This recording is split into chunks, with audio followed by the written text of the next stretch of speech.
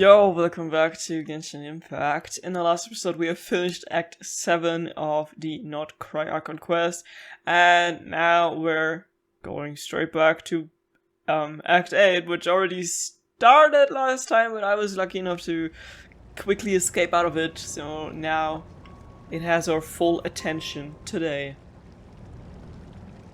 How would you like to experience the thrill of never being held accountable for your actions? You could crush people like ants without consequence, or tear off their heads or limbs as you please. Why would I want to do that? Believe me, such a life is but one small step away. What point is he trying to make? Freedom? But the freedom to kill? To do evil and get away with it? Why would you offer me that? The creation of a world is the ultimate scientific experiment. I have taken my research to the highest level, where I shall be not just a god, but also a servant to many sacred spirits. I shall heed the truth and perform holy deeds. A god's laboratory is the perfect playground, but it needs the right occupant to explore its full potential. Mortals are found everywhere one looks. Not so with Descenders. I'd prefer my first guest to be a distinguished individual such as yourself. And I know you could make the most of the opportunities it offers. So the condition for entering the new world is to take innocent lives. The same dilemma that Rerir once faced. Could I really bring myself to kill others for my own benefit? Rerir did. And look where it got him. We don't want to be Have you super made villain. up your mind? I can't do it. Your playground is no place for me. You're putting your hopes in the wrong person. But we both know I'm not quite the hero you say I am either. I have my own reasons for the journey I'm on. And they aren't all selfless. You've grown a lot since we last met, but there are still things you are unwilling to compromise on. This will only hinder you. Why don't I lower my requirements a little as a gesture of goodwill? I'll give you a little time to learn to be a less noble soul. That'll make things much easier for you. I really doubt I could live that sort of life. And yet you already sound less defiant than a moment ago. The benefits appeal to you because you can read the signs of the times. Why don't we return to my research facility? Your last visit was so rushed. There is much that I have yet to show you. Ooh, cutscene. Now to that question, Get him! Heroes don't attack from behind. Guess I'm no hero. This is most disappointing.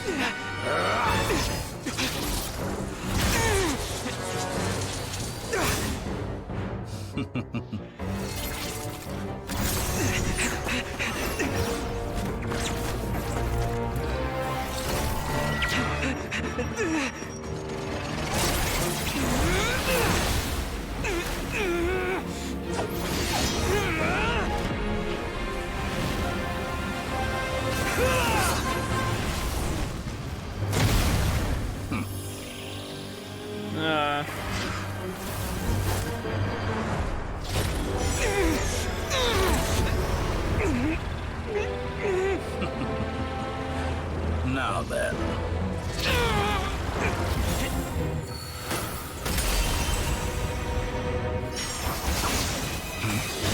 Is it Colombina? Yo! Okay! Oh, he's gonna get his personal revenge on him. I was expecting everything, but not this. A new face. Interesting. Alright. Because he obviously erased himself from his memory. He's still gonna take a piss out of the turret though. Scaramouche saves the day. Oh my god. That was so unexpected. I mean, I guess I could have seen it with, like, his attacks, but, I did not expect him to be here. At all. Oh my god, we finally got Ether back, so, reunited. Hat guy! How did you get here? You're still gonna call me Hat Guy after that, huh? Came all this way just to save me. I didn't see anyone else in there who needed saving. Thank you so much. Fair point, you just caught me by surprise. Yeah, true that. Wait, are you injured? It's nothing. I'll be fine. Well, Why are you looking at me like that? Is it that shocking that I'd come to your rescue? I'm more shocked that you caught the doctor off guard. I owed you a favor back in Sumeru. Now we're even. Distracting Dotori was tough. I won't lie. He's not gonna fall for the same trick twice. That was my one shot. I'd hoped to use it to take him out. Ugh. I never wanted to obliterate someone more than I do right now. Yeah. Dotori doesn't recognize me, but his segments were originally made based on an analysis of my operational principles. I expect it's only a matter of time before he figures out what I am. So Dotori doesn't recognize Wanderer because he deleted himself from Irminsul. Yeah. Did he really miss his only chance for revenge by saving me? Why the long face? Hey, I'm not blaming you, okay? He sounds And so I'm not kind. complaining either. Rescuing you and killing Dotori are equally important goals. Everyone would be pretty stuck without you. It's best you live to fight another day. He sounds so How are you calm. holding up? I'm not used to Are you that. all right? Hat Guy said to put safety first, so we agreed to run as far away as we could after leaving the energy field, and only meet up once it was safe. You don't look injured. It seems that Dotori didn't do anything to you. I'm fine, guys. Thanks. All right. Rescue operation complete. Let's head back. There's a lot more work to be done before this is over. We still need to get rid of the curse that everyone else is like under. True Moon. Oh my god, that title already is giving like endgame endgame vibes. Oh my god. Okay, we are back with the crew. Time to be reunited with Paimon. This all feels like so much more real now that I've just seen like the new, or like the first actual trailer teaser for Snezhnaya today. Like, what do you mean Genshin is gonna be over? Understood. I will bear the Tsaritsa's decree in mind. Like, it's never gonna be over, but you know what I mean. What's so awesome Snezhnaya. about it, though? Does he really think everyone else is as immature as him? I'm not stooping to Tartaglia's level. I thought you might say that. How's your progress? Quite promising, actually. That alchemist Albedo gave me a few ideas. Remember how I asked you to look up some files for me? That stuff on the Natsitzenkreuz Institute. Rene de Petrichor and Jakob Ingold. Elungilton despised Rene's theories and methods, but he never managed to come up with better alternatives either. So I adopted some of Rene's ideas. I thought Alain was like a father to you. He and Rene were mortal enemies, were they not? And what would you say if Linny and his friends one day learned something useful from someone you utterly detested? I would applaud them for it. That would mean that they have surpassed me. For all we know, Alain Giltan might have thought the same thing. Not that it matters, though. He's dead, and I'm alive. So it's my call to make. Once you die, it doesn't matter how great you were in life. Only the living get to decide what happens next. Hey, come on out. They're back. Huh?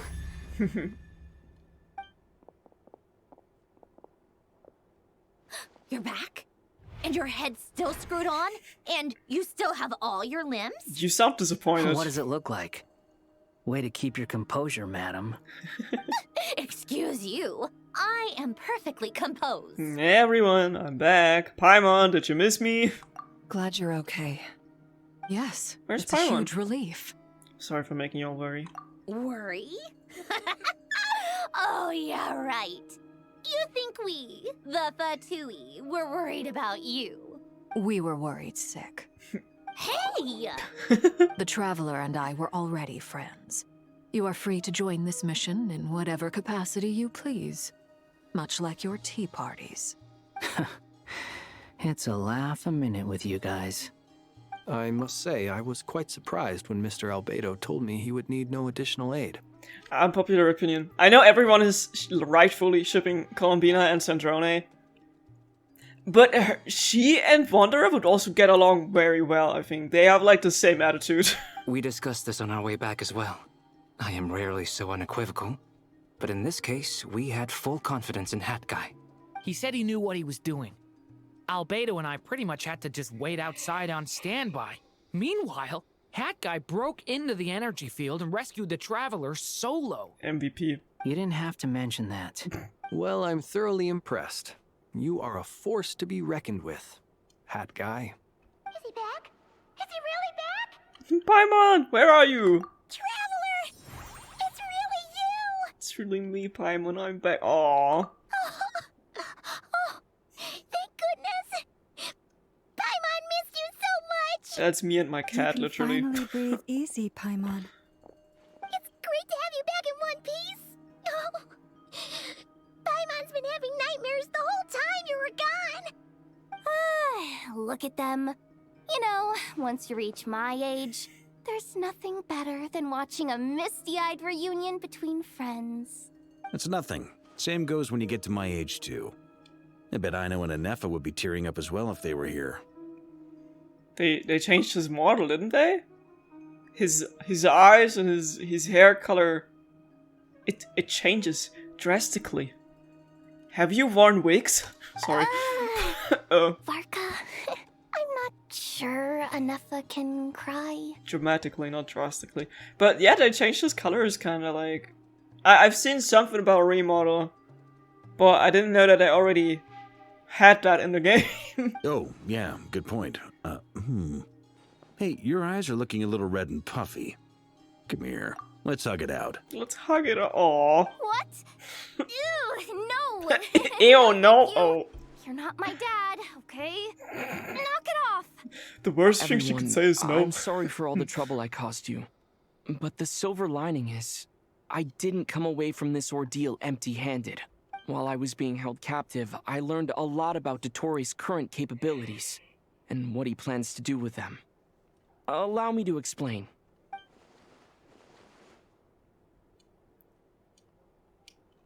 The three moon goddesses were even more powerful than we imagined. No wonder Dotori believes himself to be equal to the gods, maybe even superior.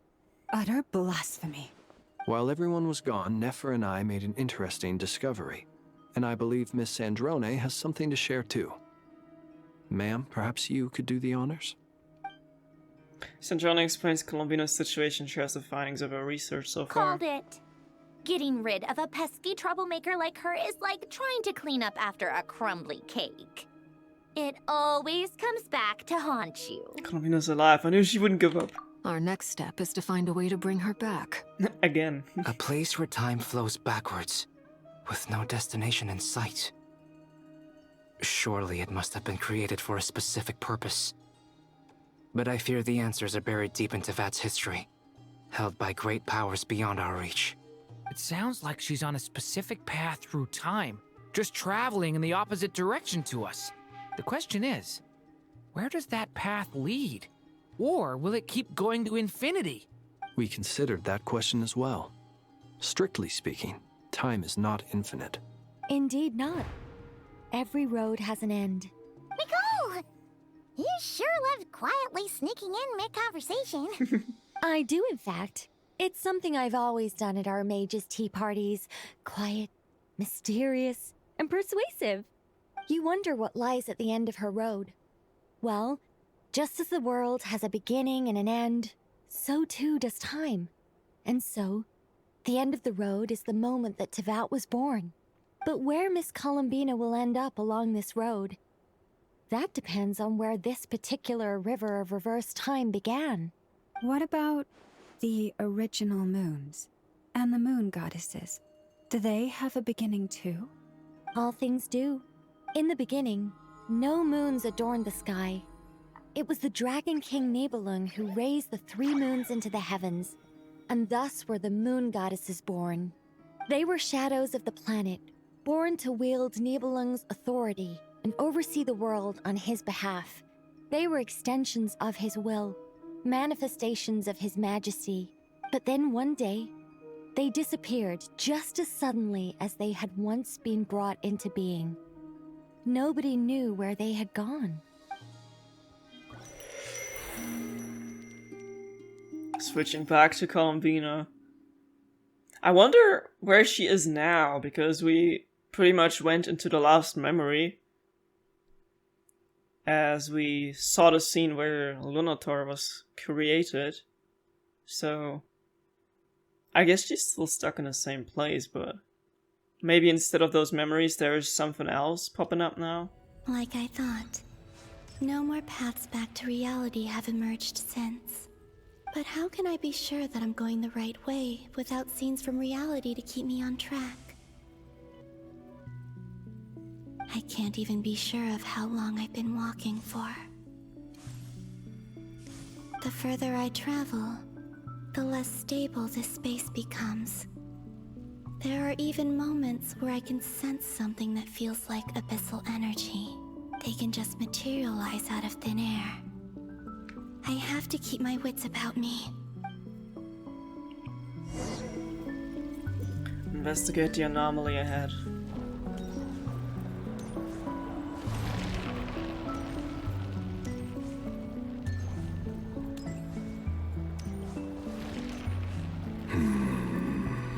Oh my god, it's Rarier. Of course he's here. Is that the Ray here of Solnari? I can't believe he survived.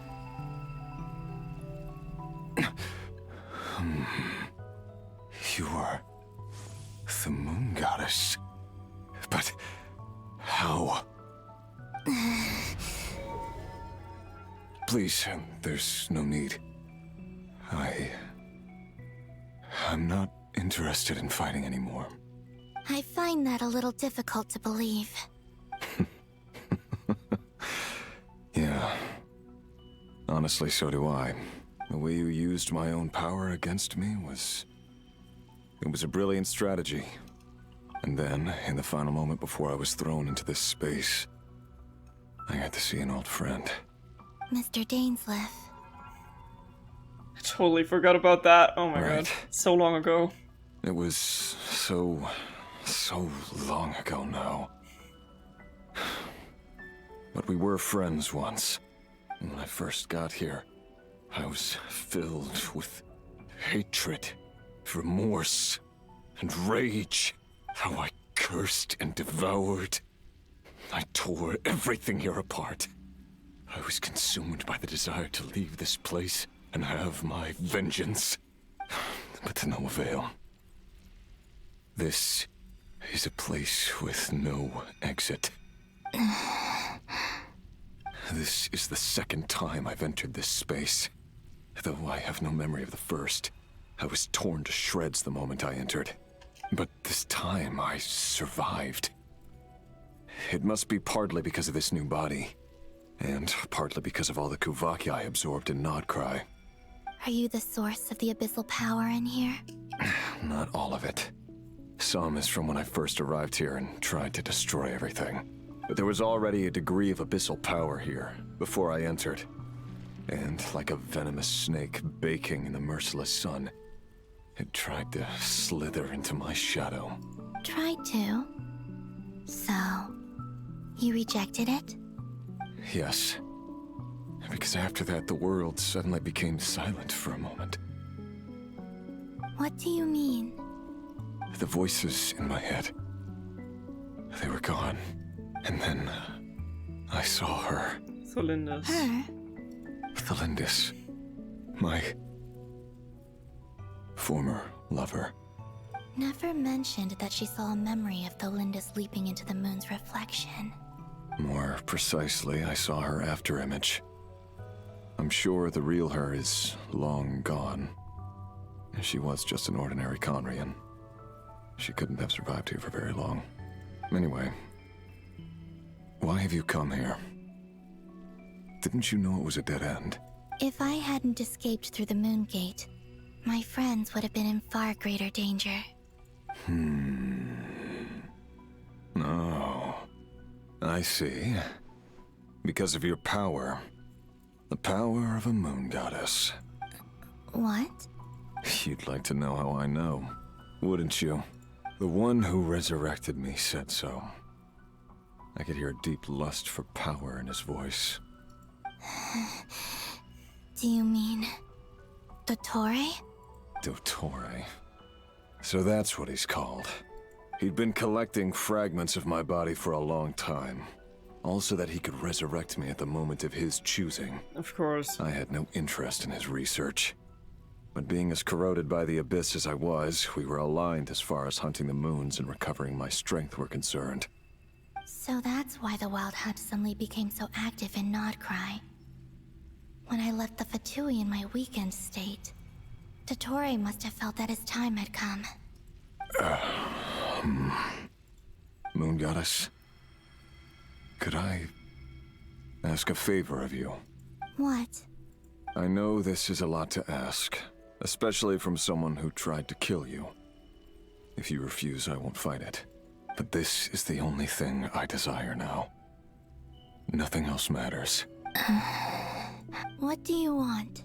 I'd like you to take a message to Thelindis for me. Thelindis? But...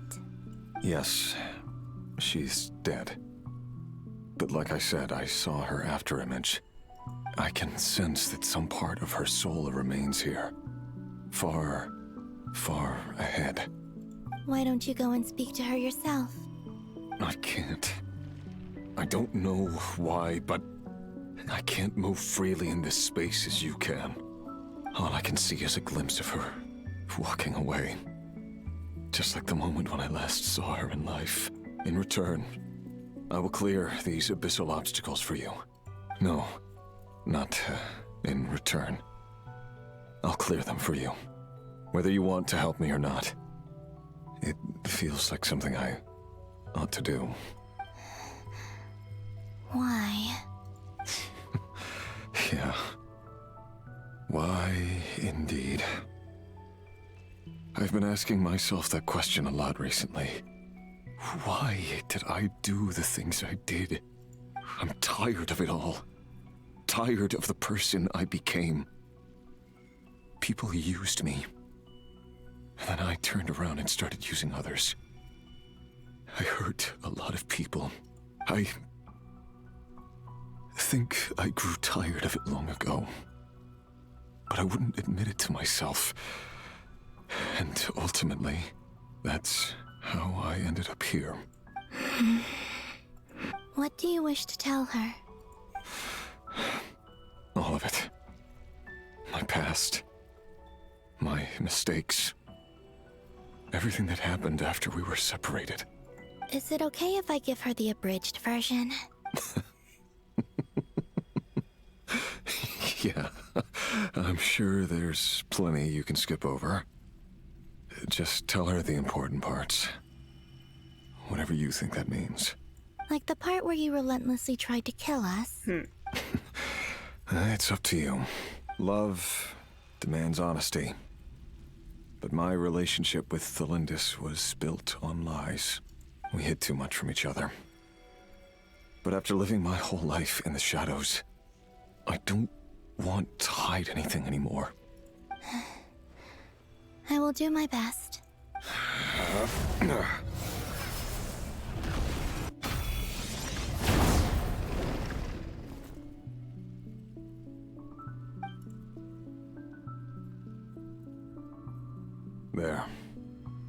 The abyss will no longer stand in your way. Even though Mr. Dainsliff felt he had to fight you, I think he still regarded you as a friend. Dane? He said that you betrayed him. But he also felt great remorse at never having understood what you were truly going through. Why tell me this? Because... if he'd known that someone could take a message to you, I believe that's what he would have said. Thank you. It means a lot. I know this will sound strange coming from me, but don't die, Moon Goddess. I can tell that you're determined to get out of here.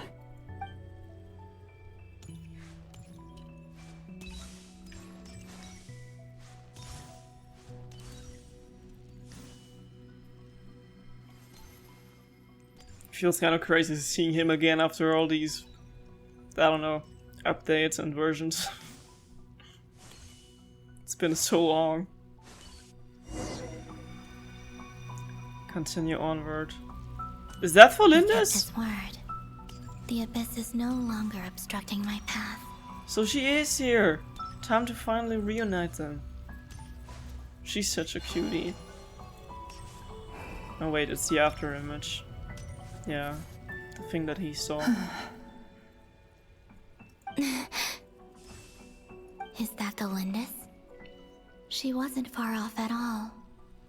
And yet, they can never meet. Hello, Miss Lindis. Who are you? How do you know my name? I've never seen anyone else here before. You can call me Columbina. I promised Rerir that I'd bring a message to you. Rerir? My Rerir? Is he well? He's doing better than he was. Better than he was, huh? Sounds like he's had a pretty rough time. Others have had a rough time on his account too. In many cases, their time ran out because of him. And I'm not just talking about the children of the Crimson Moon. So, things got worse before they got better. Could you tell me what happened, Miss Columbina? Are you sure you wish to know? Yes. This is my opportunity to learn the truth.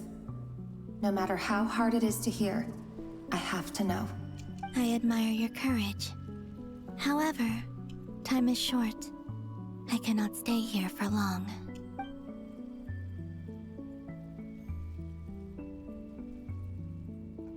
Rerir had seeds of hatred in his heart, and many people nursed them for their own ends. On some level, everything he did was to try and find a way to see you again. But in the end, he came to regret his mistakes. He wanted to apologize for hiding his past from you. Beyond that, he did not say specifically what it was he wished to convey to you, but I'm sure that you've always been on his mind. You are what has kept him going over all these years.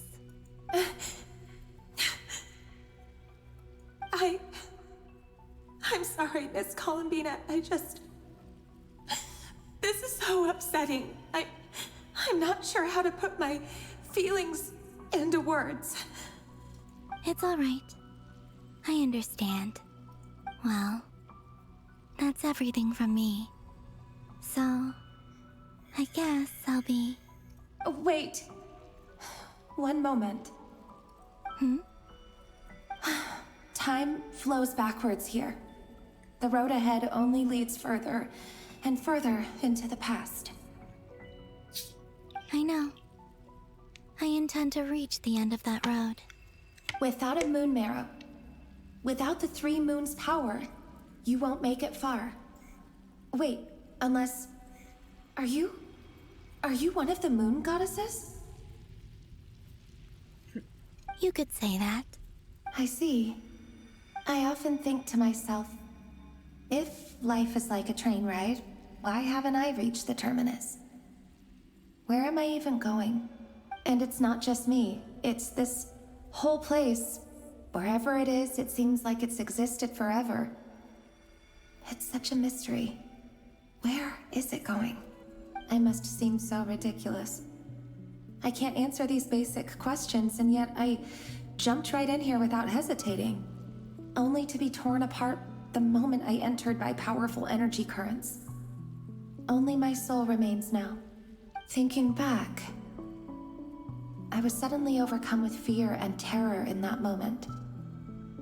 Perhaps I too became bewitched by the abyss. I may have been the leverage it needed to control Rerir.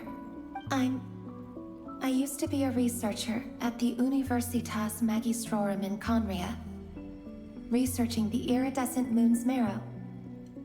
Eventually, I came to the conclusion that time in here flows in reverse. Rerir was one of the Finster King's retainers.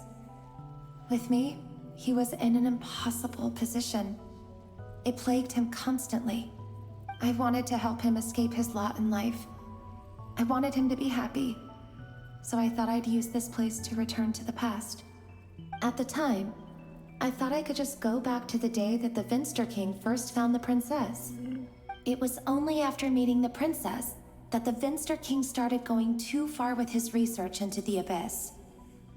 That was the day all of our woes began.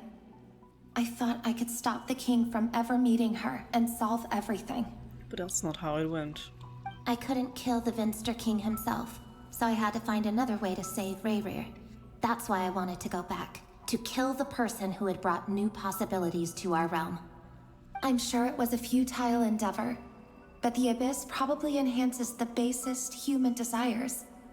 So I naively hoped I could change everything, but I was simply too weak. Like a speck of dust against the whole universe. Look at me. I didn't even survive the journey here. Not physically, at least. I know I'm never getting out of here. But you're different. You can make it, and I want to help you. I owe you that much. How do you plan to help me? Have you noticed the golden energy that exists here? Based on my past research and my observations since coming here, I believe they carry you forward faster. I can share what I've learned, and help you understand the pattern in which this energy appears.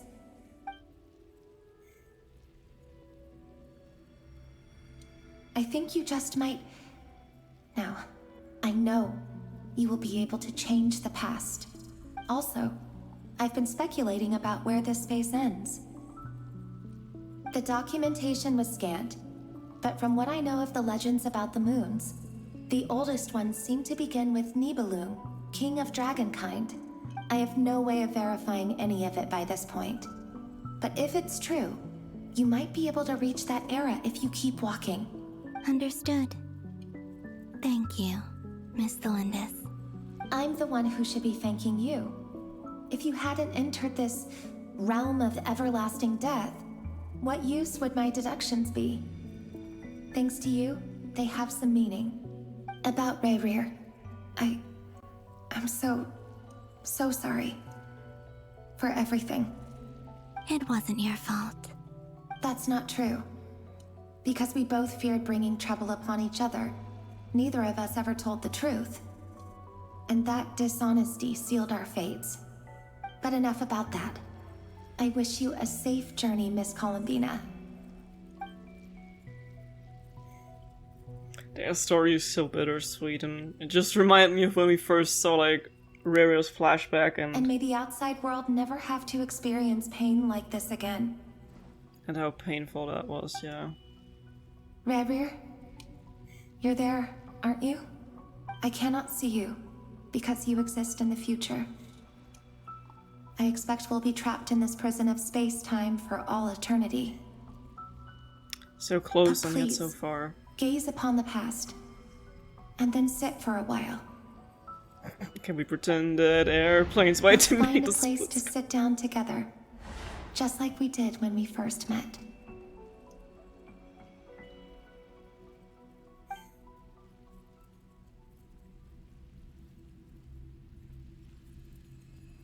I just want him to be happy again. This is too sad. How long have I been walking? How much further till I reach the end? Is there even an end to be found? Everything's getting blurry.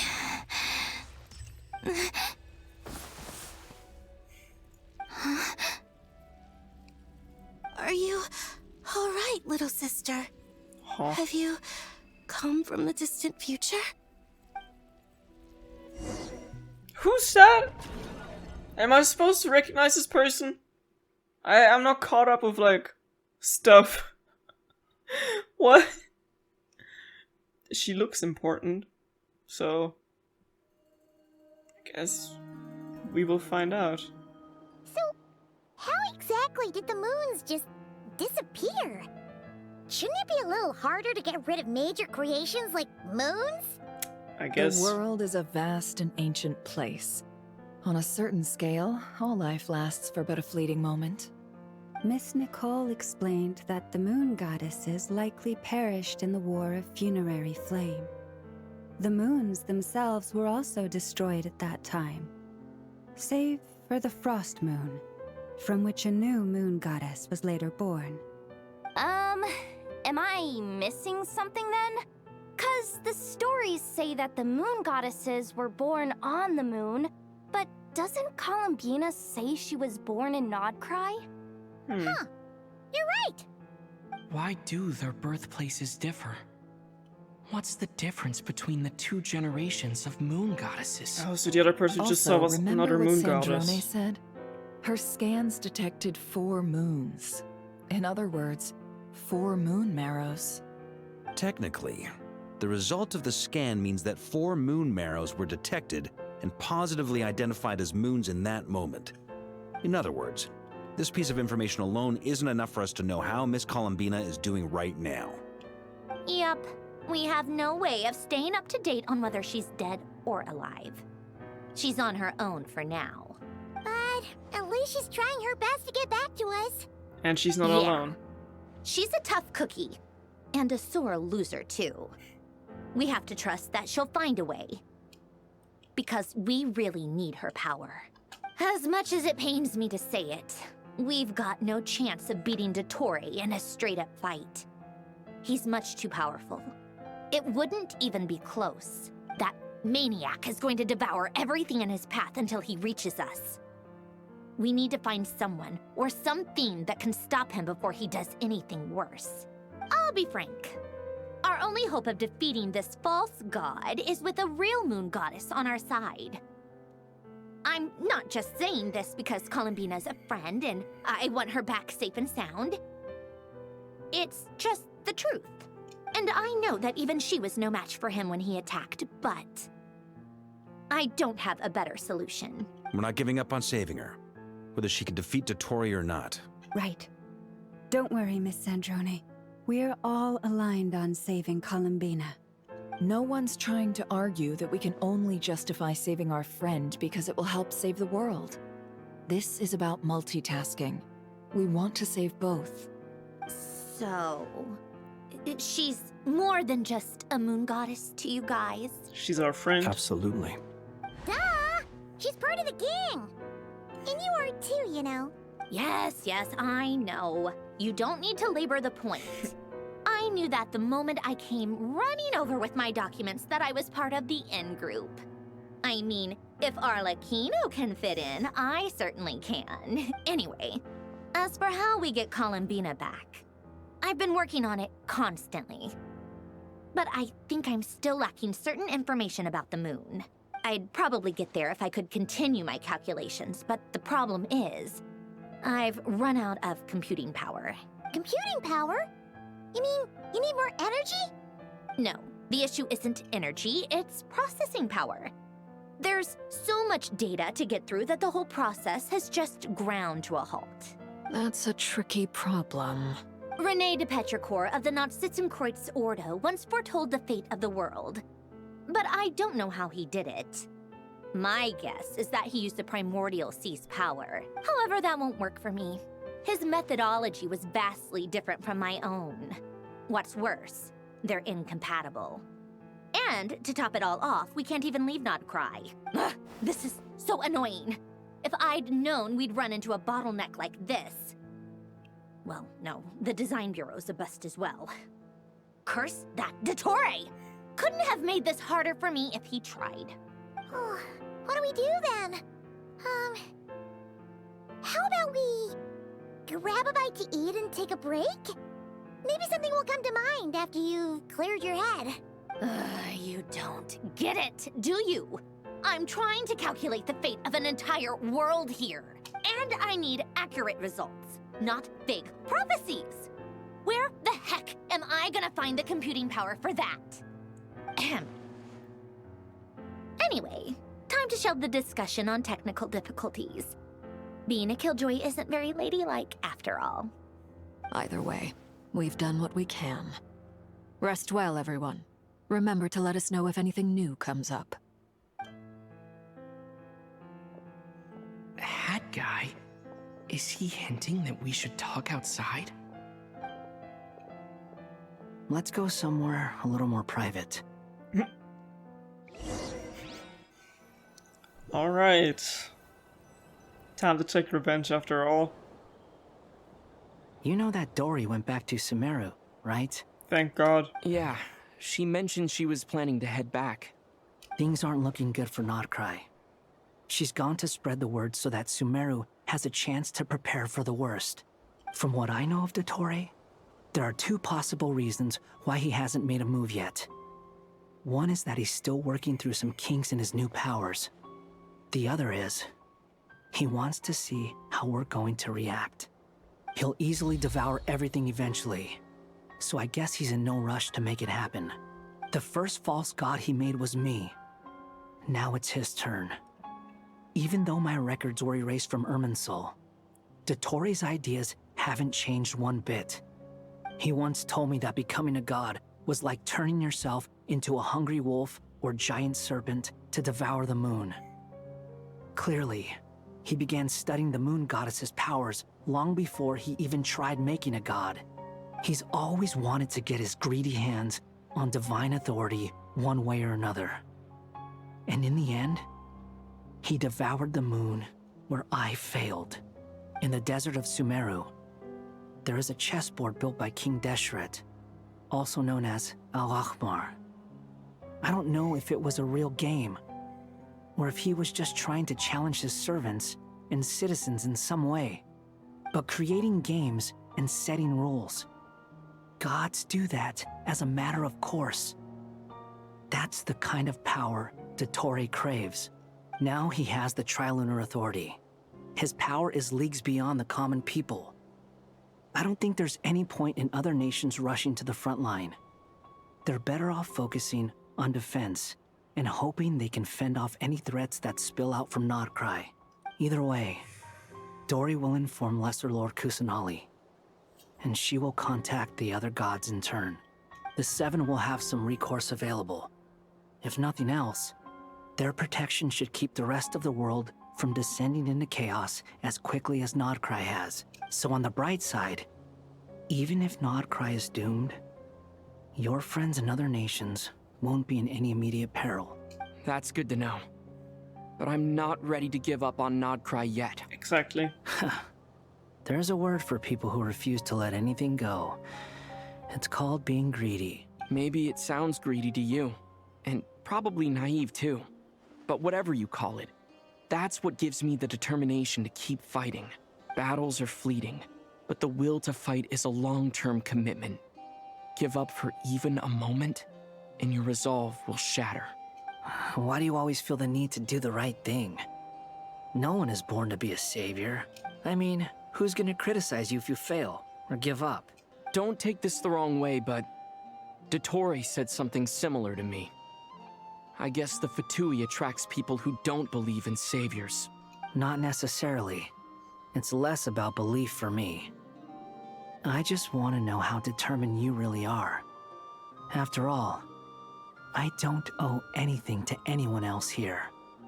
Only you. You look kinda worried.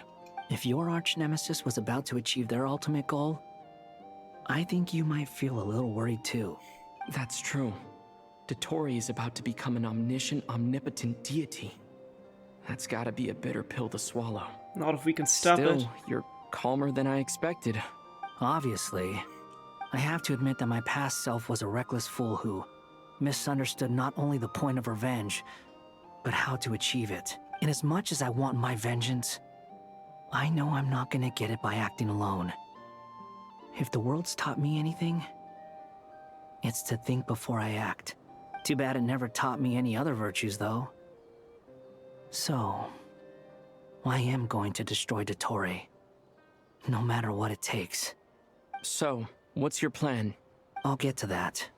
First, tell me, what do you think of Sandrone? He's got a Just crush like or something. Paimon said, she's a friend, part of the gang. Yeah, she's not gonna betray How much us. do you trust her?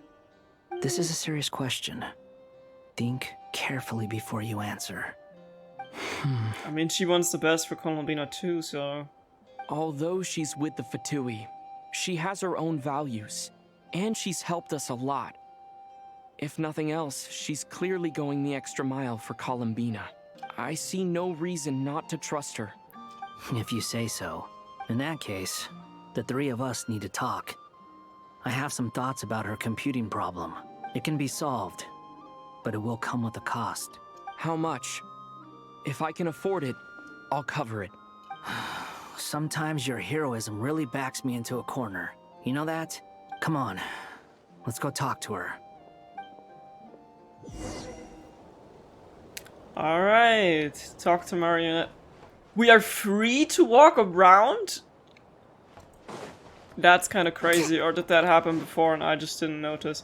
Anyway, while we are free to walk around, I'm gonna make a couple polls here, because it would be sweet to get Lowen's weapon too. I'm just saying. Been a while since I pulled for the weapon of a certain character, so...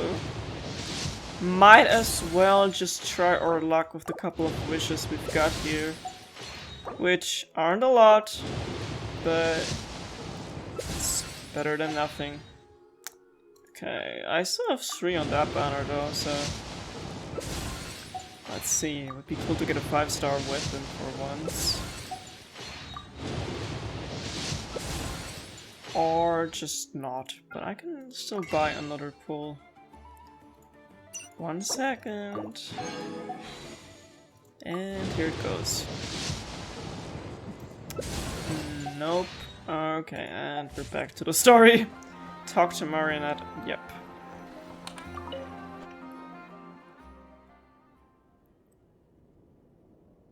Miss Androne, Traveler. Hey there. Paimon's here too! She was just helping them sort through their things. How did your chat go? That was fast. The call only just ended. Well, you said it was urgent, so we got here as quickly as we could. Albedo, I have some alchemy questions for you. I see. Looks like my knowledge proved useful after all. Albedo examines Androne's notes. If I might ask, what is the end goal for the modified formula you'll be using? I needed to predict the future of the entire world. But I've run into some teething issues since trying to implement Renee's theory of the 4 Orthants. I see. I'll have a look at it. Still, computing power is the real issue here. How do you plan to solve it? About that, it's been sorted. Oh, with the Traveler's help? You overestimate me, Albedo. Actually, you're not wrong. He found the person with the solution. Did I? Was it Hat Guy? Yeah, it was him. Wow! Go Hat Guy! Seems like all that time studying at the academia is paying off big time. But where is he? Wasn't he the one who asked Albedo and I to come here? Come with me.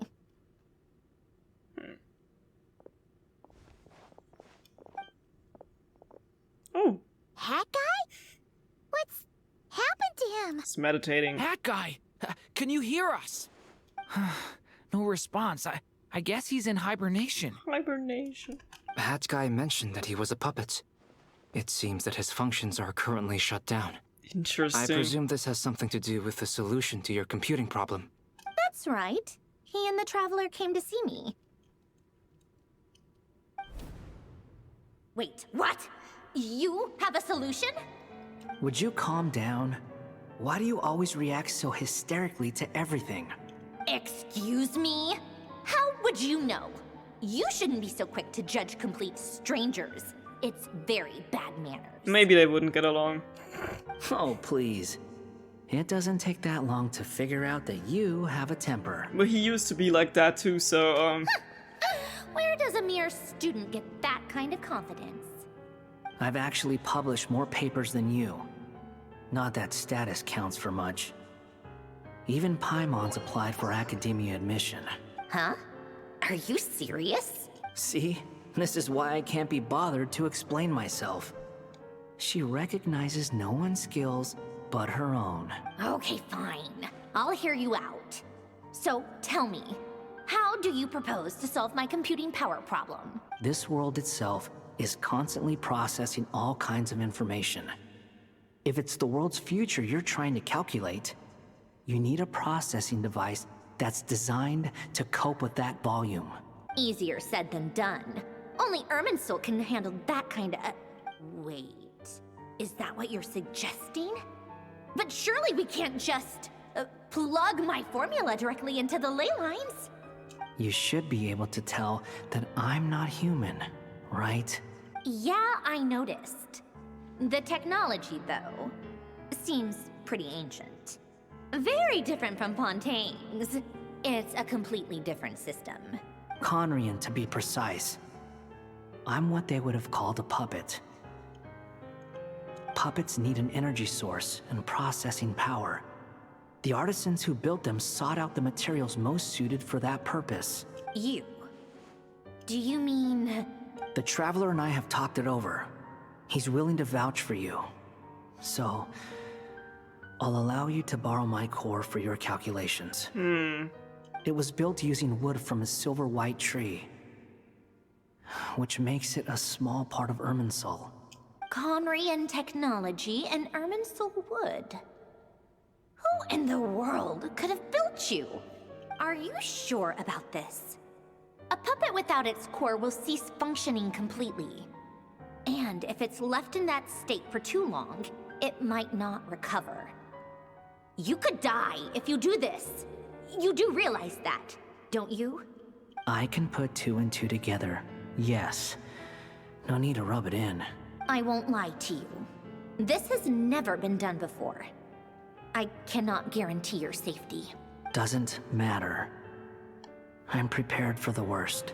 Did you two actually talk this through? Is he... Are we really considering this? I fear so. Yes, we discussed it. The bottom line is, he trusts me, and I trust you. Let's give it a shot, shall we?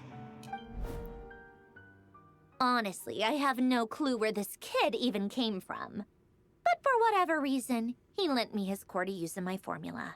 I'm very close to finishing my calculations now, and the core is currently in use. So I'm sorry, but I can only show you a sketch right now. This is what the core looks like. A silver white branch. It certainly matches the legends told about Irminsul. Is Hat Guy gonna be okay? He's not gonna die, right? In theory, he should be fine. As long as we put his core back in time. Beyond that, all I can say is that I'll try my best to avoid risk and make sure the core doesn't sustain any damage.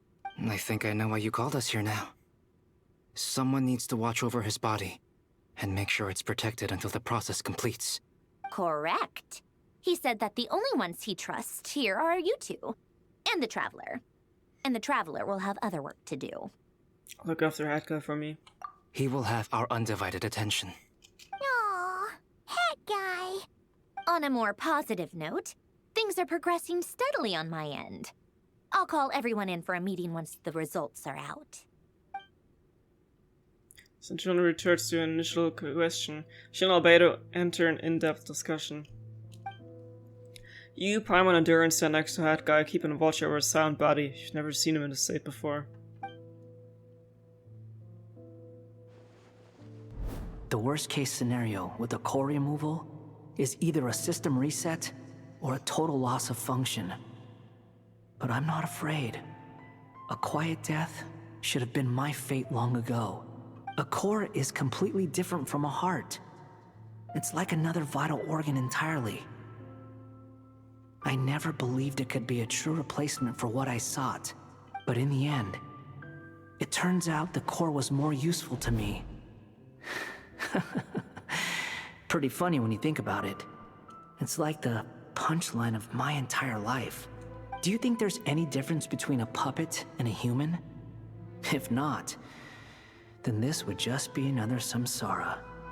I have already experienced both a past life and a next life. Part of me wonders whether I'm only capable of making this decision because I've become a real human. What's with that expression? Isn't this a good thing? Sandrone will succeed, won't she? She has to. She will. We all have to persevere until this is over. That's right. And I'll protect you all until the moment of victory arrives. You suddenly feel like the concept of time has become blurry.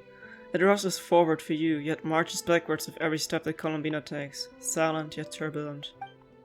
Tori's words echo in your ears. These 4 divisions anchor the world and shackle those who live in it. He may be deranged, but he understands well the rules of the world which now test you all. I really love this Nodkrai story so far. It feels longer than the other Archonquests. I don't know if it really is, because I can't remember how many acts Natlan, for example, had. And like all the nations before, they definitely were shorter in comparison. Who are you? Another moon Call goddess. me Sonnet. You have the same power as Canon. She's so pretty. Sonnet. So, you're the goddess of the iridescent moon? Oh, goodness. You recognize me? Well then, what's your name? Columbina. Columbina Hyposelenia. Hyposelenia? What a lovely name. Did you choose it yourself? She's not gonna be playable, is she? It was a joint effort between me and my friends. Friends? You mean your friends in the heavens? Her eyes are so pretty. Oh, sorry. You must be exhausted. I apologize. Hang in there. Let me introduce you to my older sisters. Do you mean the other 2 moon goddesses? Arya and Canon? Wow, you sure know a lot. Hey, does that mean that our story goes on into the future? Oh, I guess that wasn't the best question to ask. It's alright. We were prepared for that possibility. You could say we were too prepared. I can't even remember how long my sisters and I have been here by this point. When did you get here? How long has it been? I can't say for sure, but it feels like it's been forever. I see. Are you feeling alright? You look a little unwell. I can hold out a while longer. She's so pretty, oh my god. We don't have far to go. The place where my sisters and I are based is just up ahead. And there's more. Don't worry. They're both really nice. I'll introduce you. Her voice sounds familiar. I think she voices another character in this game, but I can't quite pinpoint who. Maybe one of the little girls.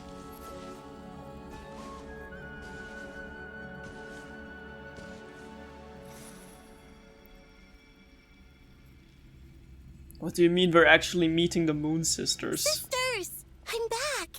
And look who I've brought with me. They look so pretty! Oh my god, you're gorgeous! Oh my god, you're even more gorgeous! Oh, why are you not playable? You look so good! I love her hairstyle and her eyes and everything. Oh my god. It's our lovely little sister, born in the far future.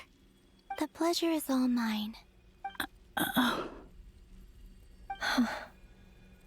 Allow me to introduce you to Columbina Hyposelenia. This is Arya, the goddess of the eternal moon.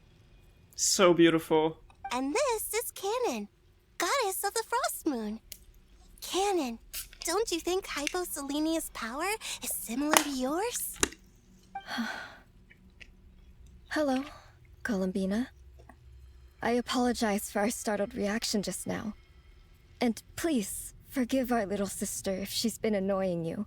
She tends to talk a lot. It's fine.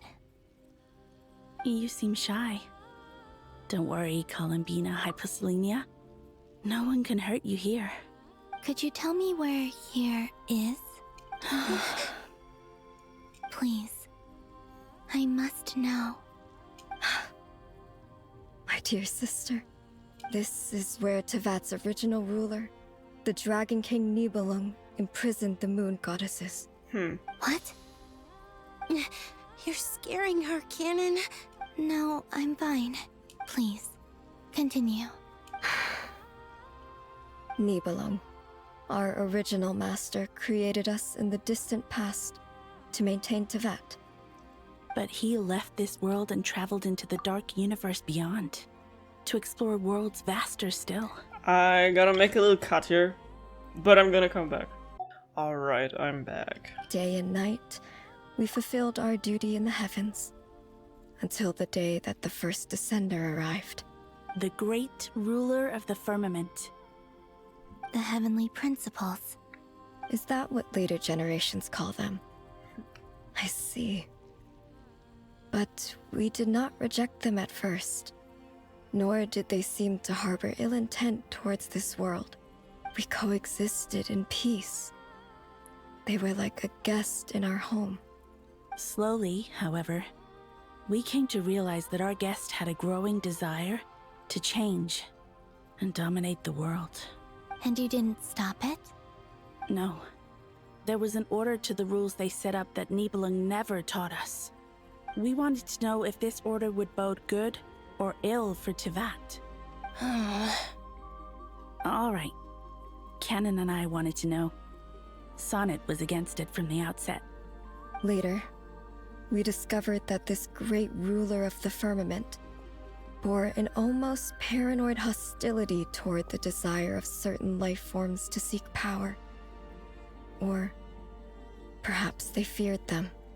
They would even cast down celestial nails as manifestations of their power, to punish the civilizations of the world below. Only this was far beyond mere punishment. Right. Their rules brought order, but the price people paid for merely testing the limits of those rules was far too great.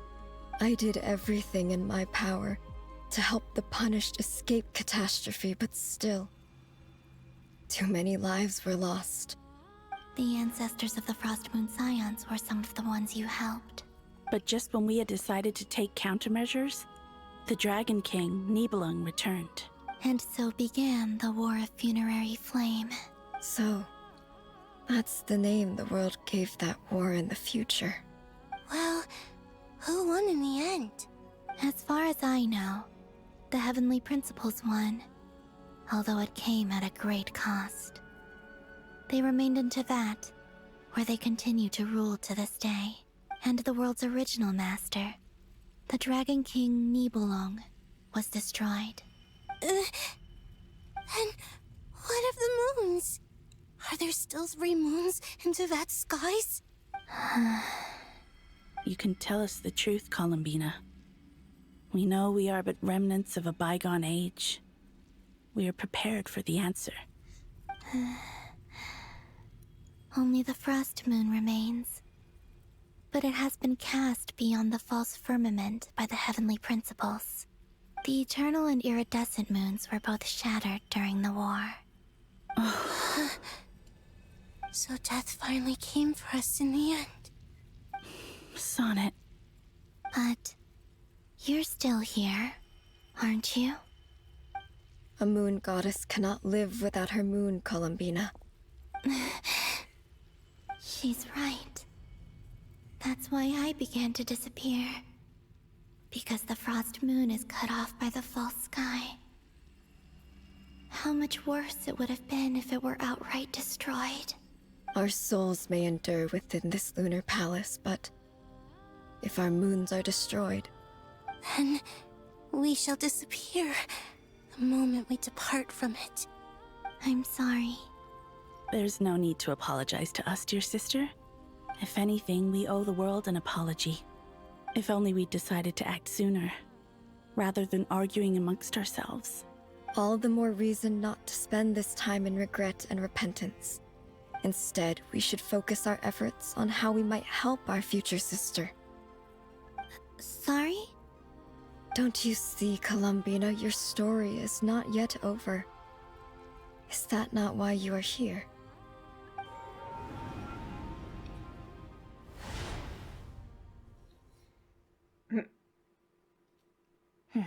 It's done. Can I just Initiate say, numerological array. how beautiful these moon goddesses are. They are like outmogging so many of the actual playable characters.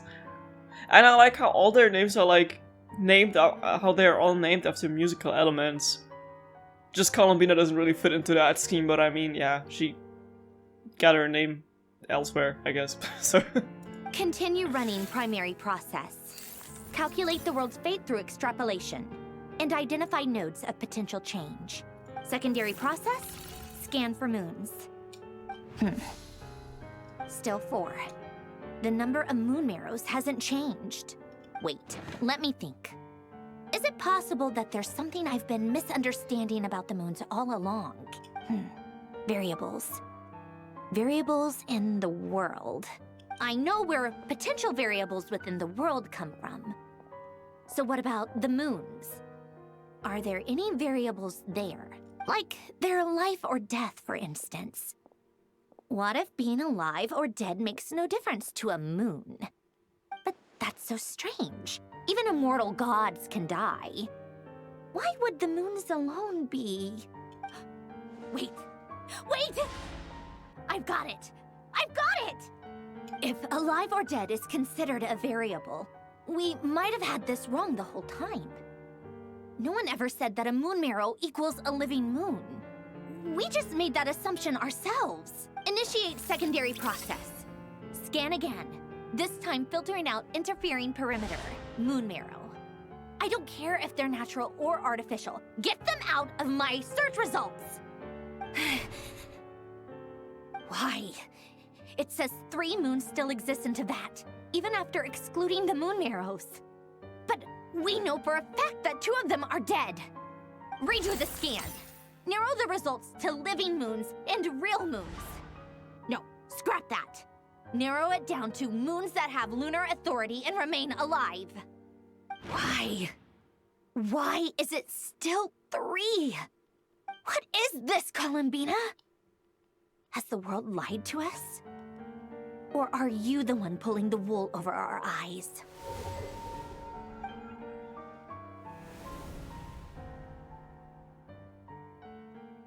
So, you think that the moon's reflection might be where Nibelung imprisoned the 3 moon sisters? Yes, it would explain a lot, such as why that space would respond to a moon goddess's power, opening the moon gate at her command. It would also explain why Miss Columbina has been unable to leave, and why time flows in reverse there. In the messages she sent, Columbina promised us she'd find a way to return. But we have no way of knowing how, when, or where this might happen. The fact that she still has yet to reappear in this world indicates that returning from that place is no easy feat. We cannot afford to simply wait for her. I mean, she's already So there, you're saying, so Lunatar. if she could return by her own power alone, she would have done so long ago. Yes, she certainly wouldn't leave it to this late stage when it's so touch and go. I've been giving this some thought, and I've come to believe that Luanatar might be an anchor that she left behind, as a sort of future waypoint. This could also explain why Luanatar is always by the traveler's side. Sounds like a plausible theory. If that's the case, there must be some criteria we need to fulfill to allow Columbina to return to the present. The question is, what could they be? Hello? Listen up! This is extremely important! Sunshine frantically relays her great discovery. Next, Nefer and Nicole present their hypothesis. As this impossible mystery starts to unravel, everyone starts to remember what joy feels Not only like. is Columbina alive, but she may well exist in a form unimaginable to us. I'm still unclear on the details, but she's done something truly inconceivable in the past. And the clue to what she's done lies in the moon and Teyvat sky. Truly amazing. Oh, I'm so delighted for her. I'm sure we all feel the same. And I'm sure Columbina is ready to get back here and fight by our side. I'll keep my calculations going and try to find some way of coordinating with her. But that's not an excuse for everyone else to slack off, okay? All of you had better keep trying to think of solutions. How can the dead moon still live? And Luanatar?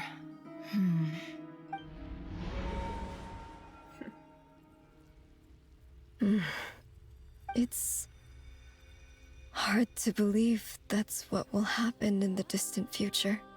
Our authority is linked to the most fundamental rules of Teyvat. I suppose it's no wonder that many would covet that power. I didn't realize that when you said friends, you meant people who live down in Teyvat. That's so lovely. I always wanted to go down there and have some fun. Have you ever tried leaving this prison? Of course. Between us, we've tried everything. But no matter where we go, this space will eventually bring us back here. It's like the center of a whirlpool. Everything ultimately converges here, at the moment when Nibelung imprisoned us. In that case, have you tried using any of those pathways that connect this space to the real world? Sorry? What are those? They're passages through which you can make small-scale changes to reality by using Kuvaki. Or am I the only one who can use those passages? Because part of my soul remains in reality. Probably. Kuvaki. What is that? You don't know? It's a unique kind of elemental energy found only in Nodkrai, the land from which the moons arose. Oh.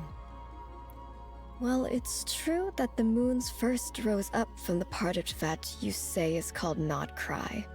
But there is no difference in the elemental energy between there and anywhere else. What? Could you show us some of this Kuvaki? Hyposelenia? Maybe if we see it, it'll make more sense. Okay. Maybe they just have a different name for it. Isn't that just your power? What? But it's everywhere in Nodkrai. In the air, in the land. Even the creatures who live there have adapted to its influence. How curious. This Kuvaki certainly did not exist anywhere in the world before we were imprisoned. Let alone influence living creatures. So, how exactly does it affect them anyway? Can they float in the air like us? This is so strange. Why would their reality differ so much from mine? Columbina, you're looking for more than just a way out of here, aren't you? Yes. If I am to help my friends, I will need tri-lunar authority on par with that of our foe. You mean... you'll need our power? This sounds extremely risky. The three moons' powers are not mutually compatible. Concentrating them into one goddess will be a very painful process. And if anything goes wrong, it could tear you to pieces. I know. But I'm willing to take that risk. Even so, let's say we successfully transfer our authority to you. How will you take it outside this prison? Nibelung constructed this realm specifically to prevent us from using our powers to interfere in his war. No moon goddess can leave this place alive. What if I don't leave alive? I'm scared. Where do we even start? How are we supposed to figure out what we're meant to do to help Columbina?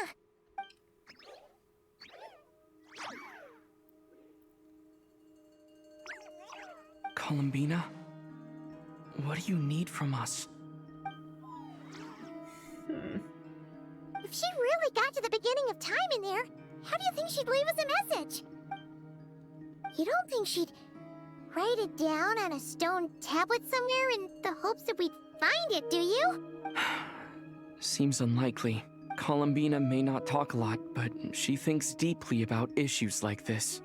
Let's review what we know. This is the Columbina who fought alongside us against the Reikir of Solnari, and with whom we celebrated Moon Prayer Night. She knows our personalities, our ways of doing things, even our unique strengths and abilities. So, if she wanted to tell us something from a long, long time ago, what would she do? Oh. She already told us. Write it down where the moon shines on it. Traveler, you once said that those golden ripples also appeared when Luanatar was born. What if Columbina left Luanatar here, not just as an anchor to the real world, but for some other purpose? If she is part of Columbina, and Columbina knows that I can see past events through her... Oh yeah! Like when you peeked into Rarer's past through his heart! Nefer, wait! If you're right about this, and you can really see past events through Luanatar, your eyes, they'll... Oh, I know. Looking at Rarier's past in Conria was already enough of a strain on my eyes. Looking this far back into the past, it'll surely blind me. But it's our only chance. This is the only way. Boss. We spoke about this once, a long time ago. Do you remember what I said, Yehoda? The day I lose my sight, the Curatorium of Secrets will be yours to run. But... What's wrong? I'd be overjoyed if I were you. This day's come a lot earlier than either of us expected. I need to know you'll honor our agreement, Yehoda. Promise me. Yes, Boss Neff. I promise. Are you sure you don't want some time to think this through? What is there to think through? I should have gone blind after our battle with Rarier. Frankly, it's almost criminal that I got away with it for this long. Then at least let me take some precautions on your behalf. And if you really do lose your sight, I'll visit your office every day and make sure you're well looked after. Oh, please, anything but that. I was actually ready to go through with this. Are you trying to scare me into backing out? As if I could ever scare you. I'll assume you're just joking to calm your nerves. All right, enough chit-chat. Let's do this.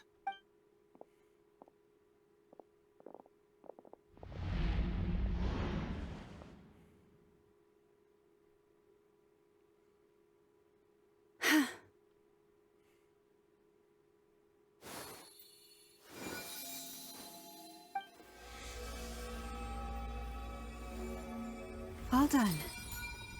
Good. Now give me some space. Come on then, little one. Show me what happened in the past.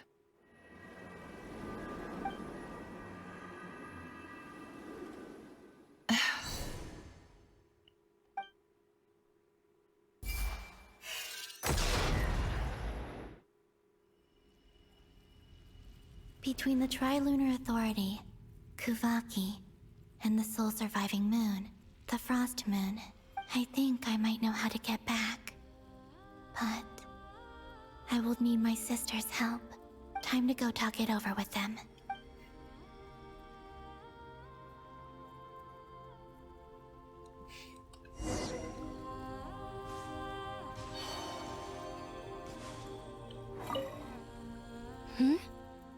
Have you decided what to do?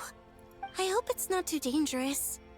You really scared me when you said that thing about not leaving here alive. Come on, let's go find the other two.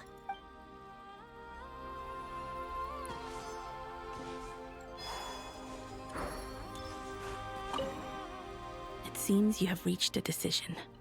I'm all ears. What do you propose?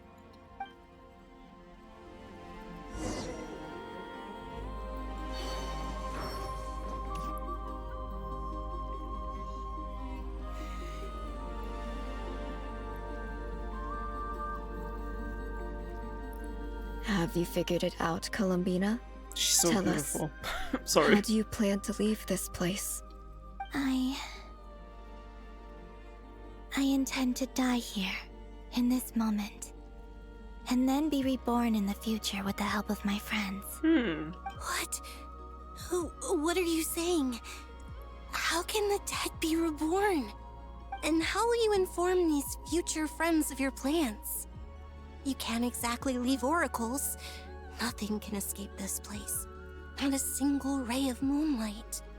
And even if you found a way, What if they never find the message you left for them? You'll...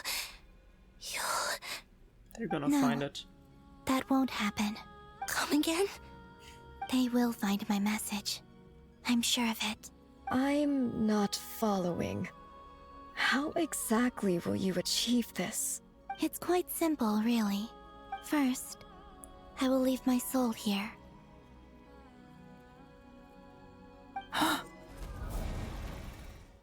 Now I they see know. it. Your soul? You mean your divinity? Yes. I once left a portion of my soul in the future.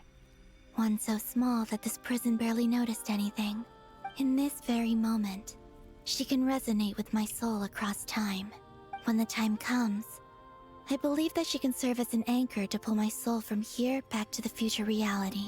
Just as gravity connects the world to the moon. Exactly. In the future, where I came from, the moon has been cast beyond the false sky, but I can still feel that it is there. In a similar way, I can feel a connection to the soul fragment I left behind even now. My friends can use it to detect my presence. But how do you just leave your soul here? Is that even possible? On my way here, I met an ordinary mortal who entered this place long before I did. Her body is long gone, but her soul remains.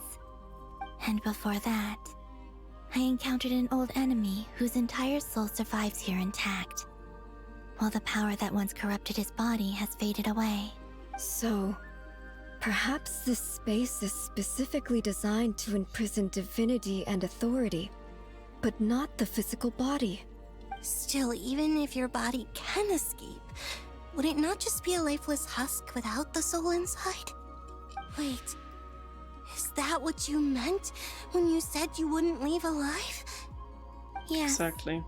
I shall turn my body into moonlight and pour it over Nodkrai. That power shall protect the land and quietly blend into it, awaiting my soul's return in the future. However, I cannot do this on my strength alone. I would need your help to do this, so I'm humbly asking for your assistance. Oh, dear sister, you need not be so formal. As I said before, we are but remnants of a bygone age. You, on the other hand, were born alone in that distant future, and you have walked a long and lonesome road since then. How could I bear to let your story end here in this dungeon? Don't forget, we are your sisters, your family.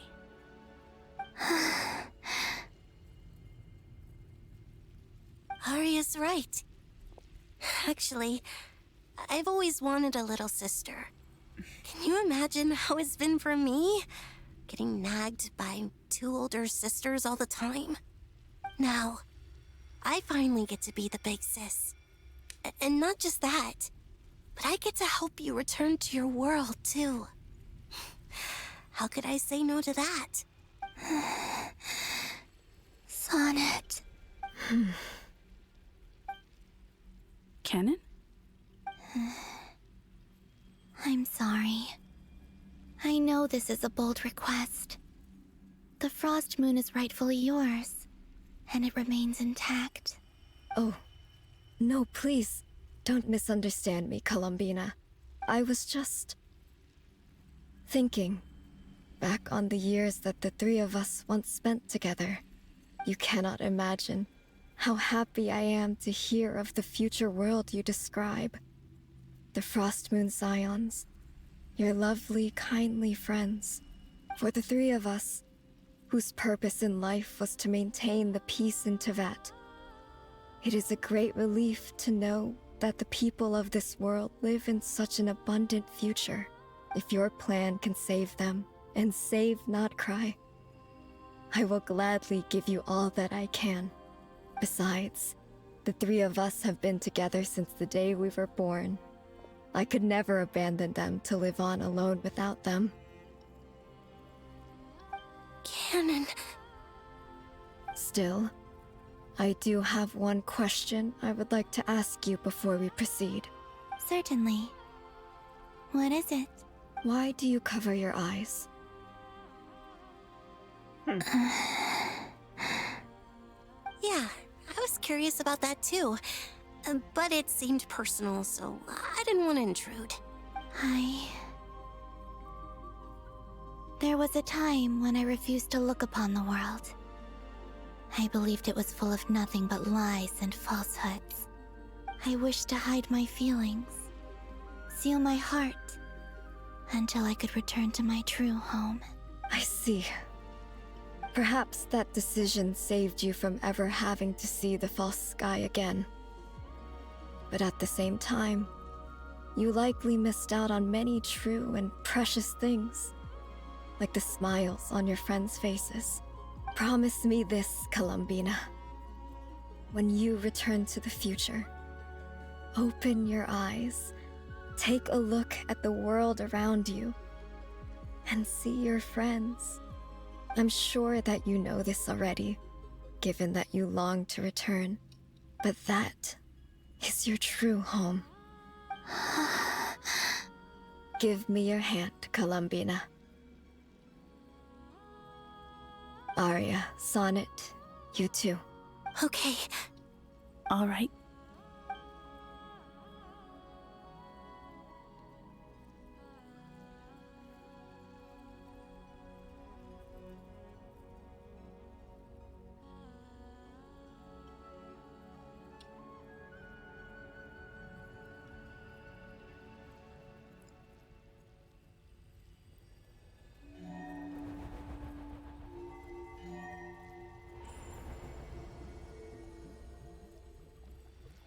We once were the song sung for eternity, but now it is you who must continue to sing.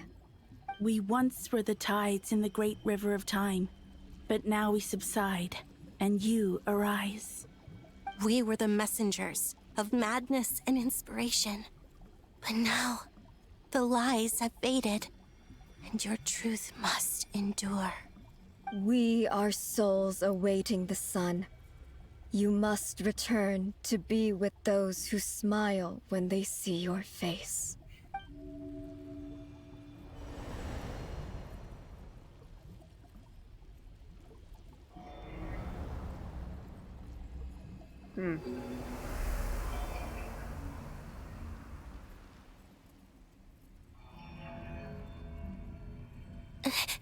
Is it done?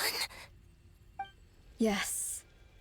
We have transferred the authority over all 3 moons to Columbina Hyposelenia. That's crazy. From this moment on, she is the Tri-Lune Goddess, the one and only moon goddess of this world.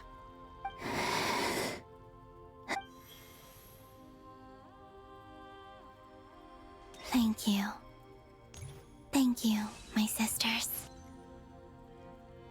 Now go, and do what you believe is right, Columbina Hyposelenia. Be aware that we cannot grant you the power of the 3 moons beyond these prison walls. The conflict that arose over their remains following our disappearance will still take place. I understand. Sisters, oh, my body. It feels...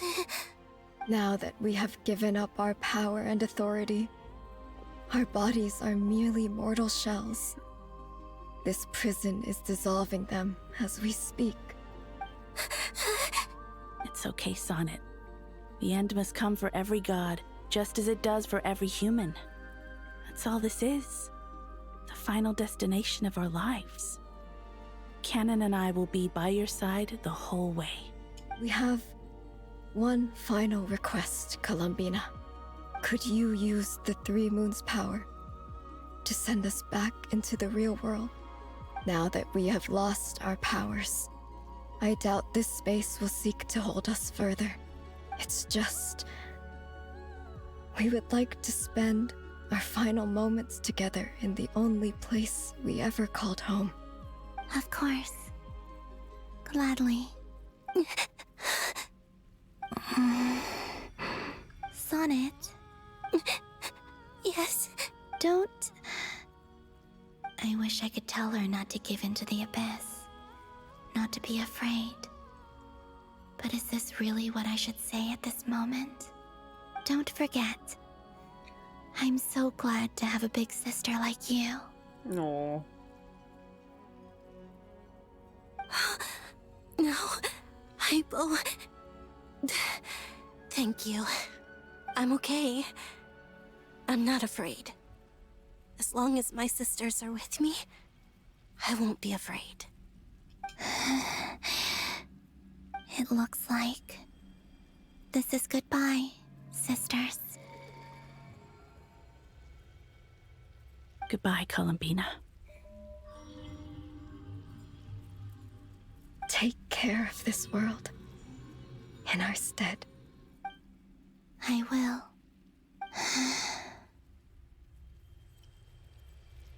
And now, it's time for me to bid farewell to my body, too. May it become the moonlight that keeps Nodkrai company through the long years ahead. So this is why Nodkrai was not always home to Kuvaki. It only appeared after I poured my body out upon this land, and only this land. Kuvaki responds to me because it is me, my body, answering the call of my soul. And the golden energy I've encountered on my way here was, in fact, that very soul, which I am about to leave here to guide me. O power Trilune, eternal moonlight. I, Columbina Hyposelenia, lay aside my body. Let it be cast into the dark night to illuminate the future. May it be a companion to all who dwell beneath the moon.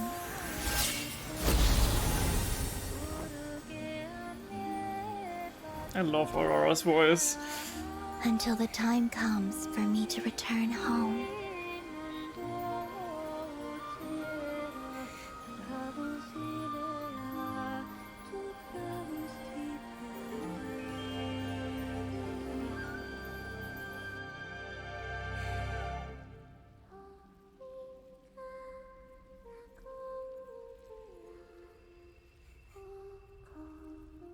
I'm having goosebumps.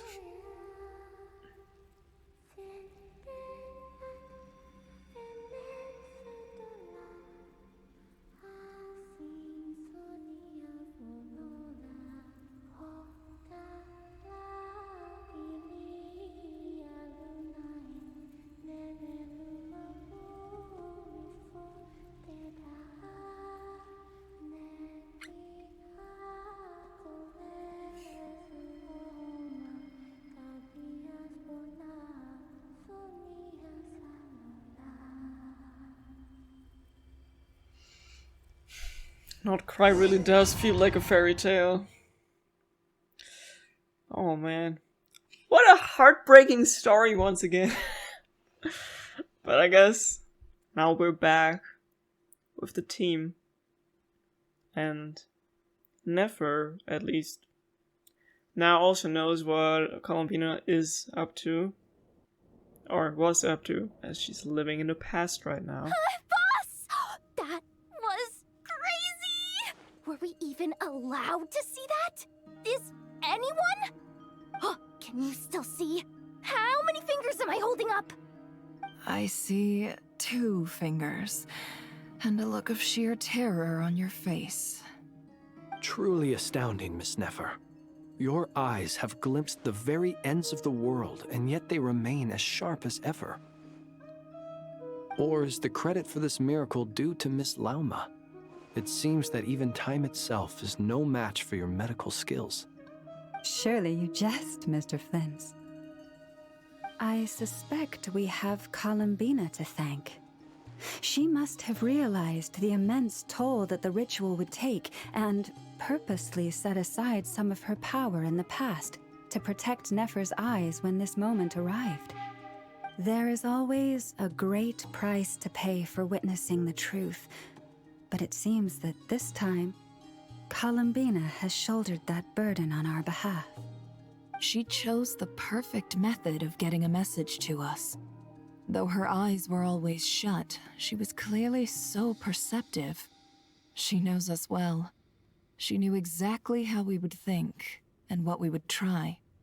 Despite being separated by time and space, we're seeing the same possibilities and seizing the same opportunities. We still don't even know if she's okay right now. But as long as there's a chance we can do something, we'll fight to make it happen. We'll get you back somehow, Columbina. Definitely. Remember when everyone thought Paimon would be one of the moon goddesses or like the moon sisters? I guess that theory is debunked now. Well, based on the information we now have, let's figure out our next moves. Thanks to these gentlemen, we have a much clearer picture of the situation with Dottore. The civilian population has been moved to safety, so we no longer need to hold back. Miss Androne, how are the calculations going? So far, so good. I'll keep seeing how far I can push the system, though. Can't have Hatman being powered down for nothing. There's still a long road ahead. Where should we begin? Everyone exchanges looks and starts discussing a plan of attack. Battle ahead is filled with unknowns. No one can say how strong the Taurus grasp of the three moon power is. But you're not about to admit defeat. Everyone is united and knows that no single person can accomplish the task ahead alone. Your only chance of victory relies on everyone working together, and just maybe as a team you can reach the moon and bring your long-lost friends safely back home. Our plan is clear. Time is short, so let's get moving. There's just never enough time, is there? Time is the bane of my existence. Ugh. Anyway, I'm gonna get back to work. All right, we'll do our part too. Yeah.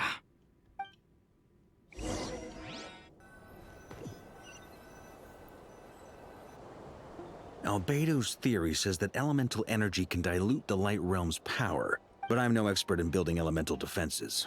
Sounds like something out of the advanced elemental theory section of the library. Whew. You seem quite troubled. Well, yeah. I mean, who doesn't get a little flustered when they're completely out of their depth? You were the very picture of confidence back when you approached the Hexen Circle. Yeah, I could have been faking it through that whole meeting for all you know. Who's to say I'm not just a ball of nerves in a charming and gregarious package? Oh gosh, really? I'm so sorry, I had no idea. Well, you're all the braver for it. Still, I was much more in my comfort zone than I am here. At least in Mondstadt, you can cry for help from a cliff top and actually stand a chance of summoning Barbados himself. Things have never looked bleaker than they do now. If we don't pull this off, Tevat's doomed, isn't it? Oh, you think so? Actually, yes. Yes, it probably is. It's a shame. Don't put too much pressure on yourself. Tevat has faced annihilation many times in the past, but it also gave us you, didn't it? Hey, don't give me that. It's not like I'm anyone special. I disagree. Every human born in this world is special. We angels have always believed that. In that case, this humble human being has a big favor to ask of you. I thought you might say that. I'm sure Alice, in her great wisdom, sent you here precisely to help us in this difficult time, yes? Well, that has less to do with her wisdom, and more to do with my power. Of course, of course. Well, the thing is, these elemental defenses we're about to build, I don't think it's a question of if they'll fail, but when. Durin's findings from his patrols make it clear that Dottore is constantly expanding his territory. First it was his lab, then the design bureau, and now this. It's not realistic to completely stop him encroaching on the rest of Nodkrai. Rather, our goal should be to stall him for as long as possible. If Miss Sandroni's calculations are correct, well, they're the closest thing to certainty we have in this situation, so let's assume they are. Anyway, her calculations suggest that our best hope for victory lies in Miss Columbina's return. It's up to us to slow Dottore's advance and buy time for her to make a return. Are you asking me to help you with building the defenses? No. I'd like you to prepare for what comes next. When he eventually reaches us, we will have to fight him. You were an angel once and a mage now. I'm asking you to lend us your protection. Oh. Can I take it that you're triggering the terms you fought for during our three-way talks? Well, technically those terms were about protecting Mondstadt. But if you're happy to agree to the change in location, then yes, let's do that. You're cashing in on this much sooner than I'd imagined. Well, yeah. The way things are going, I might not get another chance. Very well. The mages have heard the knight's plea, and we will respond. To tell the truth, Alice and I had already discussed how we might help you all, so I didn't come empty-handed. I always like to be prepared. Nicole shares her plan with Varka, who's very pleasantly surprised. This is... wow. Yeah. This is great. Seriously, thank you. It's been many long years since I had a chance to dazzle humanity with a little divine intervention. To humbly serve as a reliable and responsible guide. Anyway, Knight of Boreas, please accept this gift in recognition of your great virtue. Go now. May the angel's blessing deliver you safely to your destination.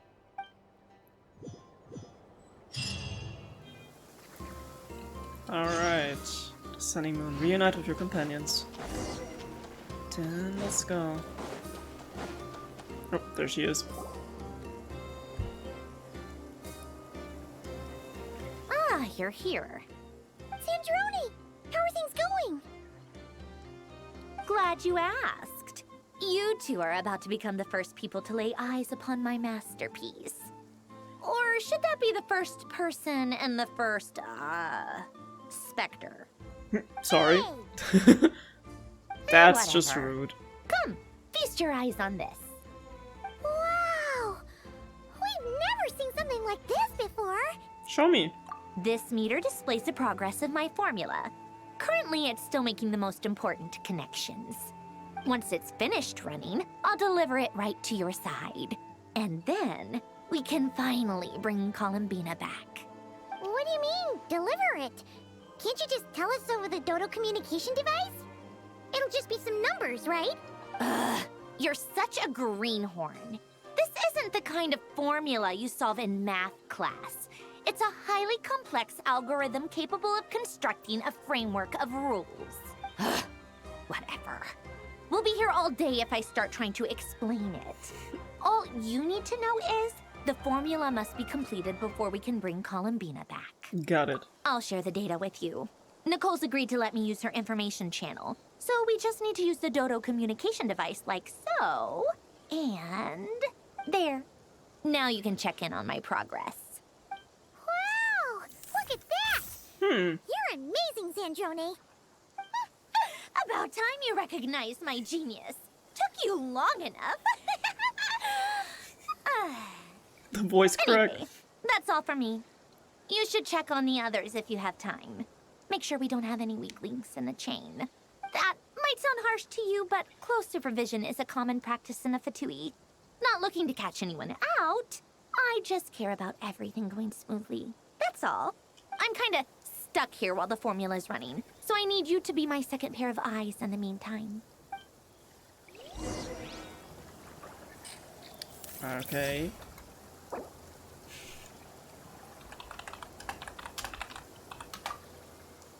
Cute, my girlfriend sending me stickers. Okay, talk to your companions. 20% is that, okay. Couldn't really read the number before. Oh, here they are, now I see everyone. First I had to take a look to see where we actually are right now, because it does look quite different than it did at Moon Prayer Night last time. Thankfully, Miss Nicole has come to our aid. Nasha Town is now looking very well defended. Golden Flame. Yes, that's Nicole's power, all right. Based on the latest message from Grandmaster Varka, it sounds like they've reached an agreement. The situation should be more stable with her assistance. Everyone will have at least some degree of protection. Albedo! Durin! Hello there, you two. Are you well rested? Thanks to your concern, I'm doing alright. That's good to hear. As per the plan, Albedo and I will be in charge of Nasha Town. As Dotori's energy field expands, it's creeping ever closer in that direction. But we will do our best to hold our position. We fought side by side many times before, and always with great success. I believe this time will be no different. So don't worry about us. Focus on fighting Dotori.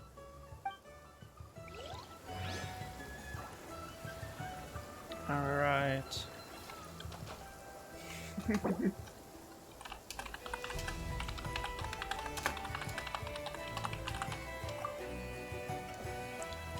Okay, who have we...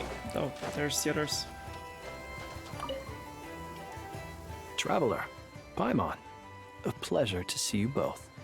Friends! How's everything coming along? Fairly well, if I do say so myself. Personally, I am ready to confront Dotori head-on. Ooh, you sound much more serious than usual. To be honest, I am not usually fond of exercising my full strength. For one thing, it's hardly conducive to maintaining a low profile. Besides, I believe one should have the right to choose when to show their hand. I am conserving my strength until the moment of battle is upon us. Anything to boost our chances of victory. Seeing you get into the zone like this really puts Paimon at ease. Huh, Traveler? Most at ease indeed. I consider it an honor to have your trust. Rest well. I look forward to seeing you both in your element during the battle. I look forward to it too. I hope it goes well. Here they are. Yes, Miss Moonchanter? What are you staring at? You always address me in the strangest ways.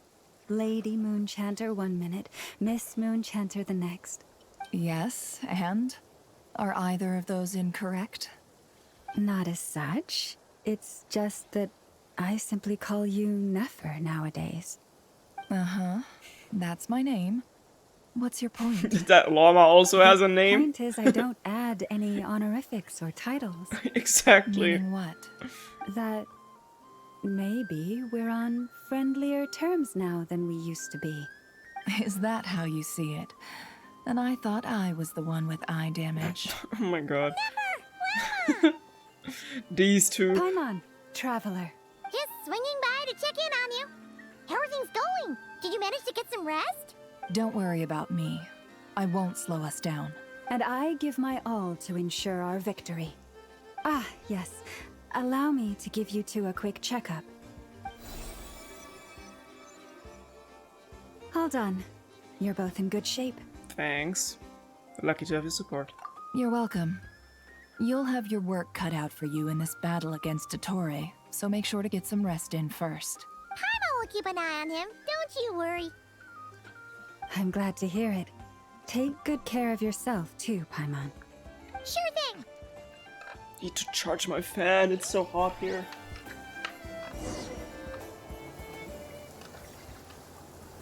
Alright. I'm good to go. Hostiles incoming. Are these the Doctor's minions? Here they come. That's quite a horde. Minions? Oh no, tonight we're going to steal the moon! As we expected. Get ready, everyone. Dotori's literally grew at this point. Take your positions and prepare to engage. He's also acting pretty gruesome. Haha. Haha. Let's begin. I'm at the ready. 30%. Okay, Sandrone's got her thing going as well. And we're charging into battle.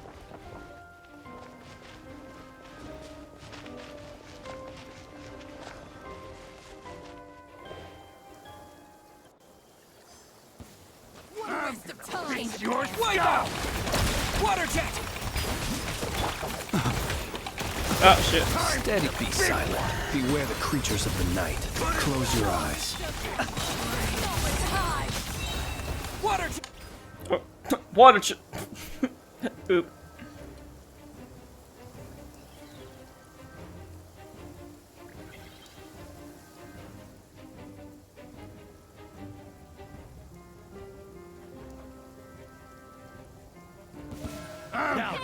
For the everlasting forest. Let's go. The mystery unravels. These creatures cannot stand against us. Oh, fighting talk. Just don't let your guard down. That goes without saying. I'm hardly the risk taker in this game. Excuse me?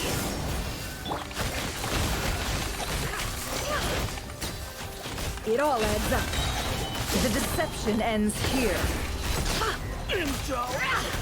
Oh my god, they just keep spawning. They just keep spawning these big guys. Can't hide the truth.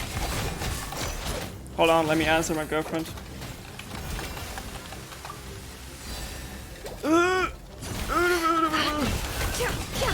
You poor lost lamb. With one heart, we pray. Seek within.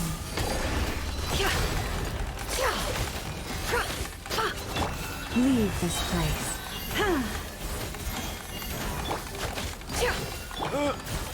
For the Stupid shield. forest.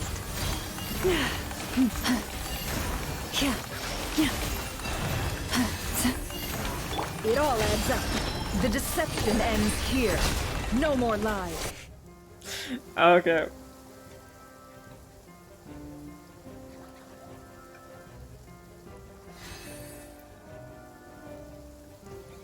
Where's head guy? Oh right, he's still. I was gonna say marinating, meditating. It's somehow mixed up marionette and meditating. He's still marinating, guys. He's just gotta add some flavor. Devouring claw! That was easier than I thought. Naturally. What do you mean? Okay.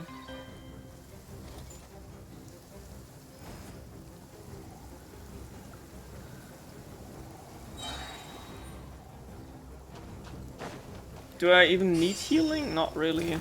Go! Bombs away! You poor lost lamb. By the frostman of old. Observe. Jesus. Close your eyes. People have always used fire to drive away wild beasts. Wouldn't a lantern work just as well? You read my mind, my dear friend. I was just about to say that. All right then, dear friend. Bring the light.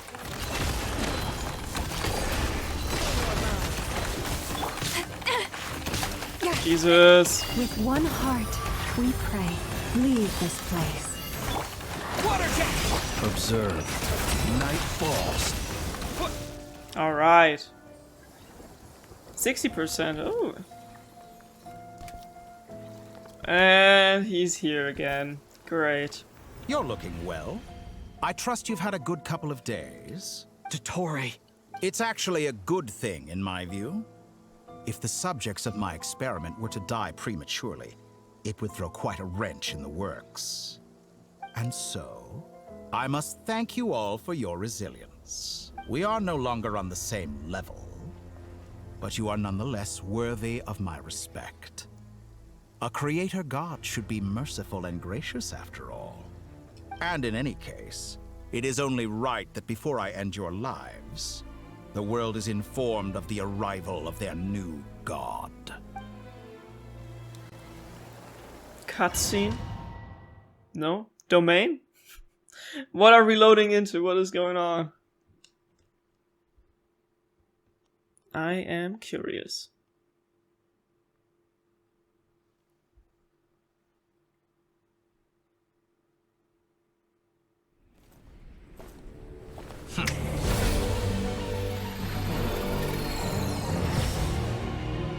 Il Dottore. Oh my god, is this the fight?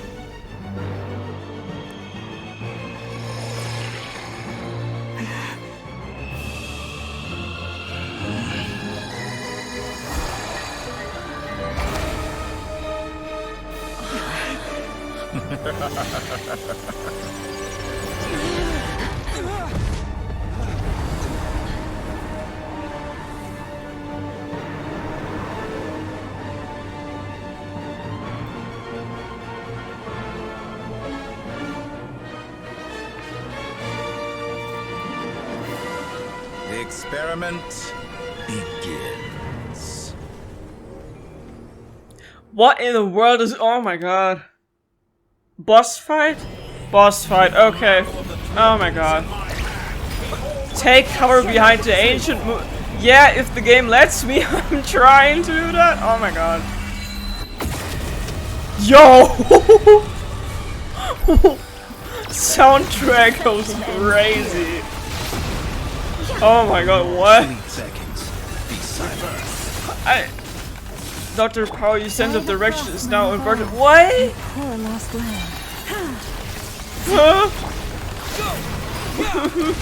I'm kinda overwhelmed here. I was not expecting to already have a boss fight.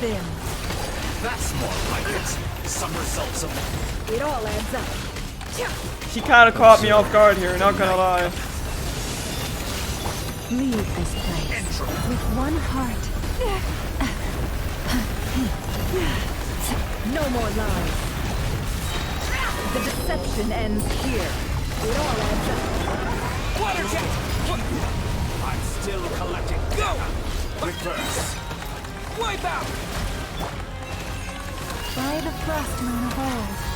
As long as I'm still dealing damage. Sleep beckons. Close your eyes. I've been moved inside another space. Sealed off. That reminds me of the rear fight. Looking at the structure of it, it seems like would you stand still? Trap us here. Would you stop that? Oh my god. Endurance is about to be put to the test. Cannot switch character now. My ass. Poor lost land. Why am I Hydro? I don't want to be Hydro. I want to be Pyro. I'm too slow. Forest, protect us. Okay, the pillars. Where's the pillars? I thought he's gonna spawn them again.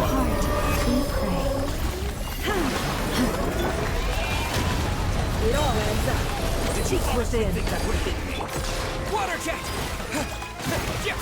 Okay. Stay right where you are. You'll be punished for crossing the line. Can I still fight, or am I not allowed to move? With the marrow of the three moons in my Cover. Okay. Cover. Ooh, hurry up. That's so cool, though. I think that's really dope. Okay. Tell me, where will you try scurrying off to next? Oh my Stay god. your hand. Looks like Dottore has opted for a divide and conquer strategy. Okay. Allow him to triumph. Jesus. Now, I shall pray for our victory. This is so confusing. I'm almost dead.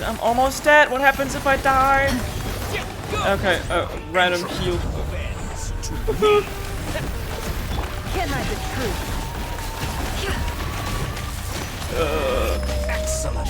You've barely managed to touch my level. Go! Come on. Be gone. It's like halfway down. The deception ends here. Sandroni, hurry up with whatever you're doing right now. Do not face the doctor. Yeah, I could have told me a little bit earlier. Am I still allowed to face him? What is going on? He got like so many different attacks.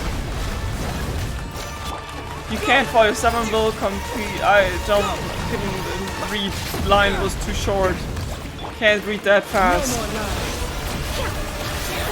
Could really use some healing though. Did you honestly think that would hurt me? No more lies. Be annihilated. I don't want to fail here. That's embarrassing. Come on. What is he doing? Oh no. What's this supposed to be? A knockoff version of the space Columbina got trapped in? Okay, heal. Someone will come to you again. Oh, is Columbina helping us? Maybe somehow? I don't know. We'll see about that, Dottore.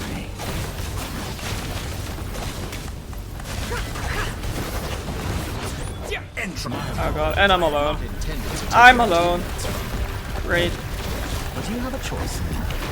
And I'm almost dead. 6-7 HP. Excellent deal, if you ask me. Oh god, thanks. Thanks for the healing.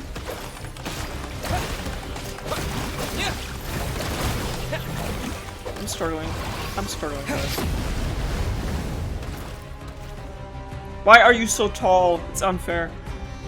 I'm aware you've been working on some little tricks to surprise me with, but it appears that none of them have come to fruition. My guess would be that you're trying to bring Columbina back. But then, where is Sandrone? Or are you trying to buy time for her? I always found their friendship to be a curious phenomenon. Two highly incongruent personalities, and yet they share a deep connection. Speaking of Columbina, I once saw her as like a younger sister. We got along quite amicably while she was with the Fatui. Dude, we're in a boss then fight. One day she suddenly decided she would refuse to take part in any further experiments. To this day, I truly don't understand what I could have done to upset her so much. It's such a pity. I could have had a sister, a family. But alas, she grew to dislike me. You're not fit to be family to her. That I can't deny. So many people, all obsessed with playing out the same tired old dramas. This world is rotten to the core. And then there's you. You had every opportunity to reach the right conclusion. The thought of killing you off like this? But I maintain that I approached you in good faith, so I will offer you another chance. Will you work with me? You have until I count to 10 to make your choice. 1, 2, 3. Not in a million years. Huh.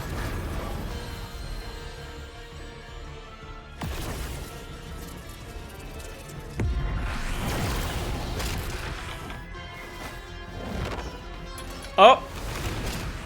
She's here. What a pleasant surprise. I didn't think you'd join us all the way up here. You're as sick and twisted as ever. Don't fool yourself into thinking anyone's grateful for the chances you're offering them. Sandrone?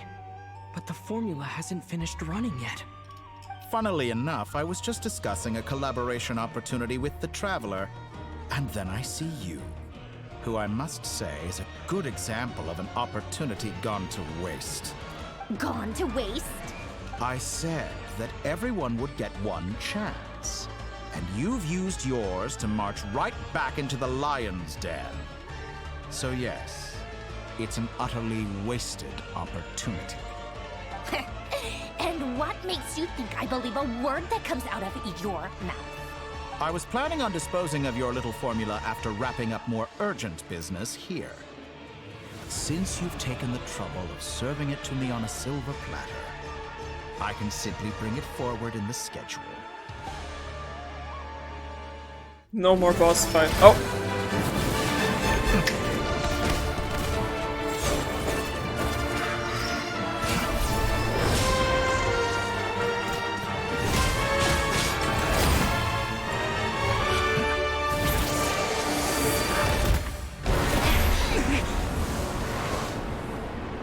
Is that why Polonia is not in her playable idle and old? I fear so. Is this your life's work? This piece of trash?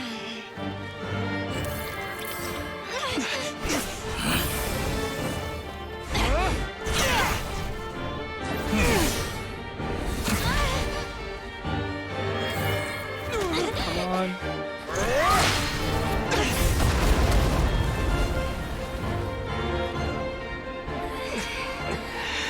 Your formula runs too slowly, Sandrone. You put your hope for success on others instead of fighting dirty. That is why you have failed. Now, whom should I slay first? Any volunteers? Come on! Scaramouche, come kick some ass again. How nice of you to leave the decision to me. You wish. Scara, Columbina, anyone.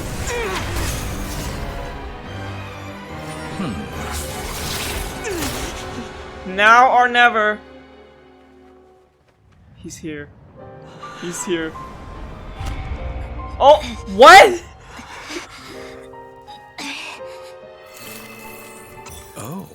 How unexpected. Sandrone, any last words for me, comrade? Come on. Is there anything you wish for? Not really. But I've always known what I don't want. Go to hell, Dottore.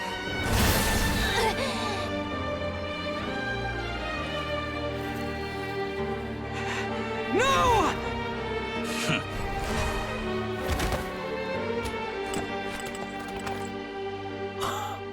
And now, you have failed.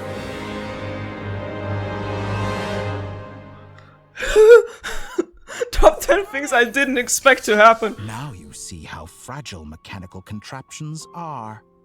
Just a gentle tap, and they fall to pieces. However keen of an inventor Sandrone may have been, her death spells the end of the formula that was running inside her body. She's of course, not I dead, have to she's commend playable. her for making it this far. As her colleague, I have to admire her stubborn tenacity. Now, it is time for you to take your place by my side. No, I won't. My count was interrupted, but the second chance I extended to you still stands. Once again, you are welcome to join me. As if I By would now, want to. I'm sure you have gained a greater appreciation for the power and authority I wield. What is stopping you from embracing a new world of endless possibilities? Not in the mood to talk? As you wish. You seem less talkative than usual today. I'll change the topic to something more apropos. Sandrone was always like this. Never trusting anyone. Always so reluctant to share her research with them. Objectively speaking, she had her strengths. It is remarkable how she extracted and even optimized the world formula from so much data. But her inability to trust was her undoing. Had she allowed someone else to monitor or run the formula for her, you might still have a chance at victory even now. But regrettably, she was a stubborn fool. As much as it pains me, she had to go. Dottore. Maybe this is news to you, but people can change. Columbina surprised you when she escaped. And I think Sandrone would surprise you too. Change? You can twist the truth however you want, but I see it clear as day. You're the one who can't trust other people. Is that how you see me? By this point, what can you hope to do about it? It is pointless to fight on. You've already lost. Wrong. You can't win this, Dottore. Oh.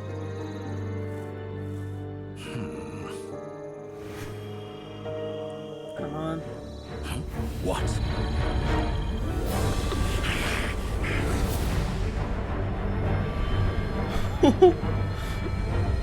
The moon is gonna eat you. You want some moon? Here it comes. My formula can get us 90% of the way. It will connect you to Columbina. Then, I will bring the formula's output to the Traveler's side. For the last 10%, do whatever it takes.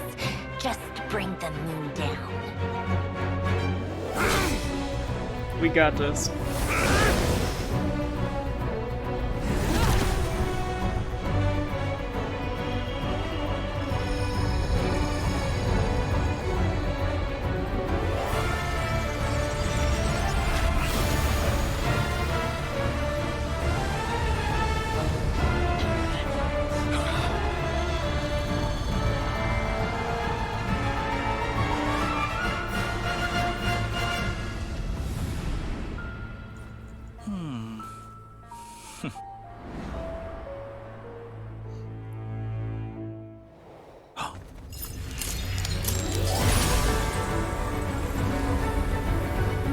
Yo.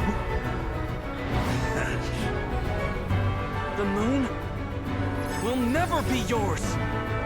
There she is! The moon seems a bit tiny though.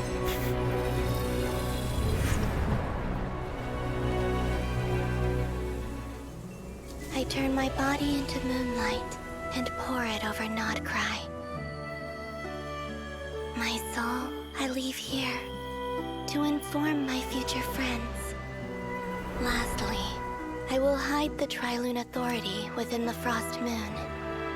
And when my body, soul, and authority are reunited, finally... Columbina!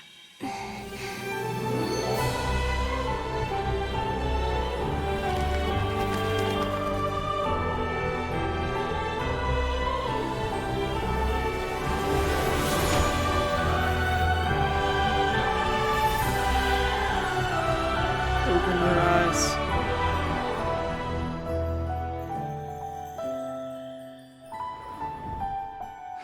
She's back. And she's beautiful! More beautiful than ever! And she looks more alive than ever.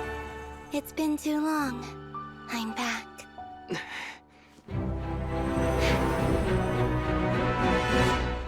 This is so epic! Oh my god. Are we gonna fight together with her now? Or is... Oh, we are! What a touching reunion. Though I personally find myself repulsed by the sight of weaklings huddled together for war.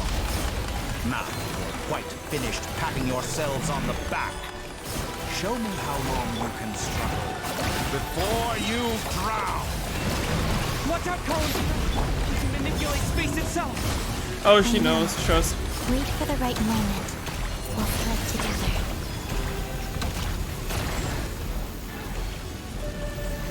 Why is he so tall? Why is he height mogging me? I don't like this. Jesus.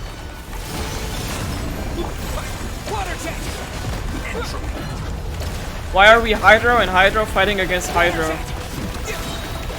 Wipe out! Water jet!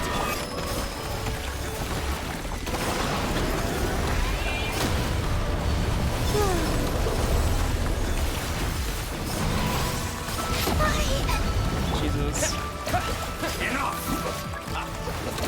Unleashes power away from Columbia to create an opening.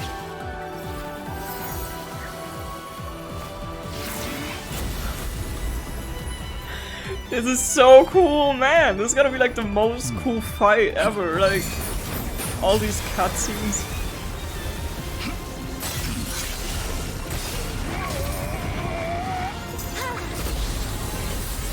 Eat that! And the moon's in the sky, oh my god. I grant you the new moon's blessing. The new moon shines upon you. Be gone! I am growing weary of your... It's over, Dottore! Still even more? Oh god, his ass gonna be so annoying as a weekly boss. Time to pay for... No longer must the world Soundtrack? cower in the cold night. I'm almost dead! Heal me! Heal me! Oh, thank you.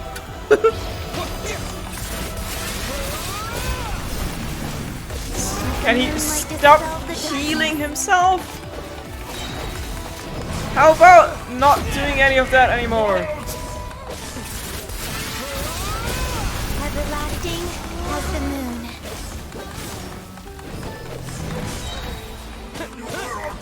Columbina's theme in the background. Almost. Oh god. How do I stop his healing?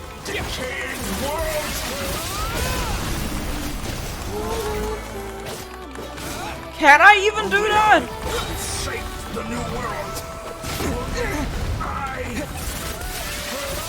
Defeat your foe, yeah, finally. Ah, still not. It keeps saying that, but it's still dragging on. Soundtrack? What is going on?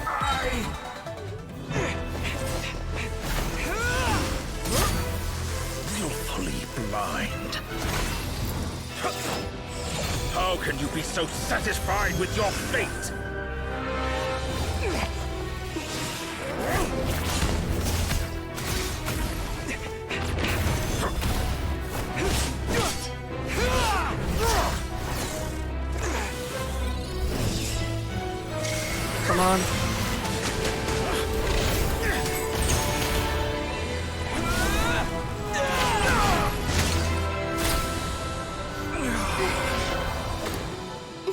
Take this. She's so beautiful.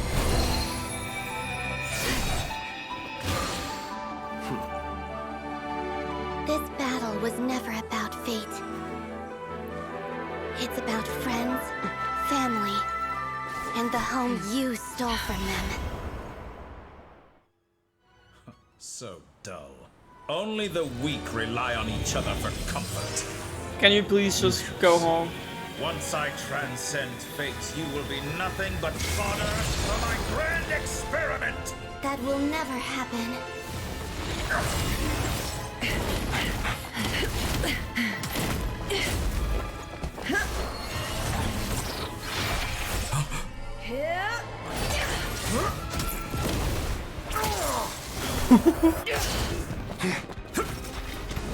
I wasn't ready for quick time events.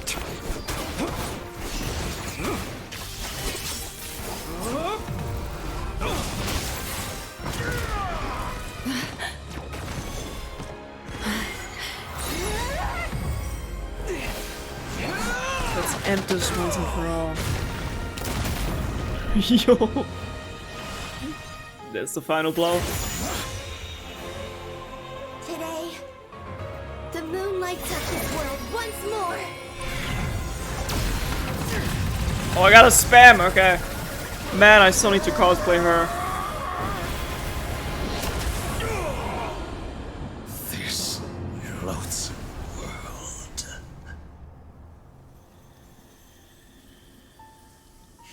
Beautiful. Absolute peak. No, this world is our home.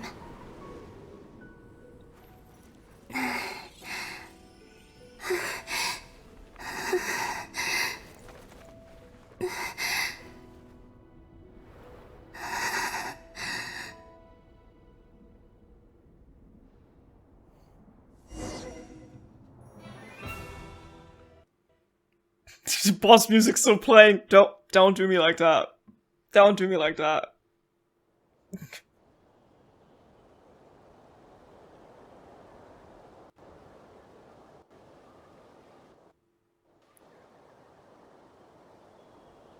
What are we loading into?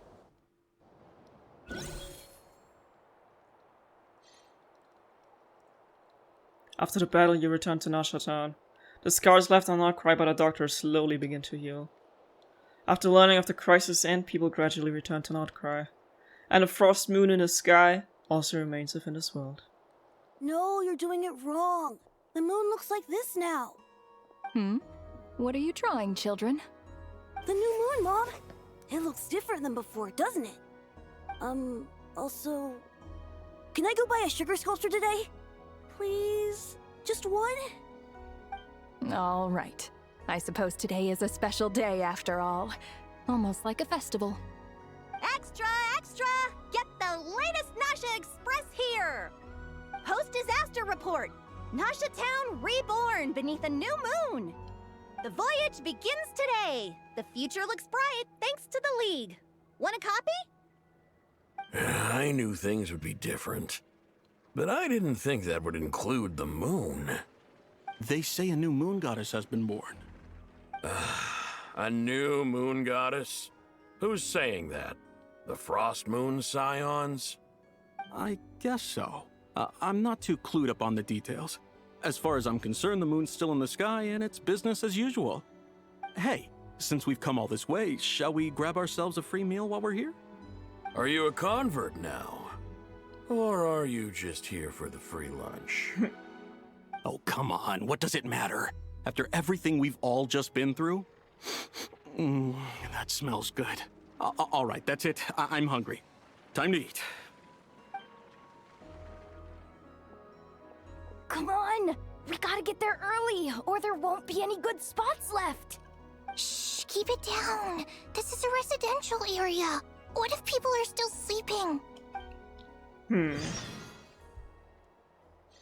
At least everyone is returning back. Or like everything is slowly returning back to normal. I'm just kind of scared because I know that it's gonna be more of Dottore. Because he's still on the launch picture when you start Genshin now, and we're like one version past this one, so... good morning, Paimon. You don't need 5 minutes? You sure? It's okay. Paimon was pretty much awake anyway. It's been so long since we last had a chance to relax, huh? Feels like time is moving slower than usual. Yeah. I'm gonna make a little break here. Gonna be back in a second for ya. Alright, I'm back after a quick break. What about you? Did you rest well? Well enough. Somehow I wasn't as sleepy as much as I expected. Still winding down from everything that's happened? Or are you wondering how our friends are doing? Or is it about what Dotori said to you? A bit of everything, I think. But don't worry, I'm feeling okay. Okay, if you say so. But don't push yourself, alright? Let Paimon know if you need to talk. What we just went through was a lot. It's totally normal if you need some time to get back in your groove. Luanatar disappeared after Columbina came back. Apparently, she was part of Columbina's soul or something. Still, Paimon kind of misses Luanatar somehow. I feel you. Anyway, you did great. So did Paimon. We all worked our butts off to contain this disaster, and in the end, we made it. For now, at least. So, chin up, Traveler. You should be proud of yourself. You're not usually this sharp when you've just woken up. Sorry, wrong button. Hey, don't poke fun.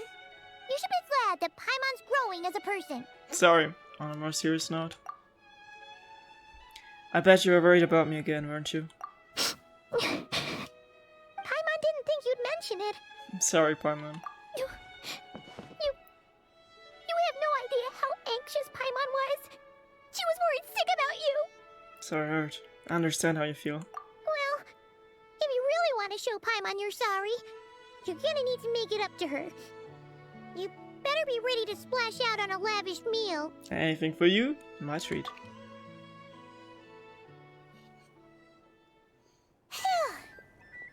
Okay.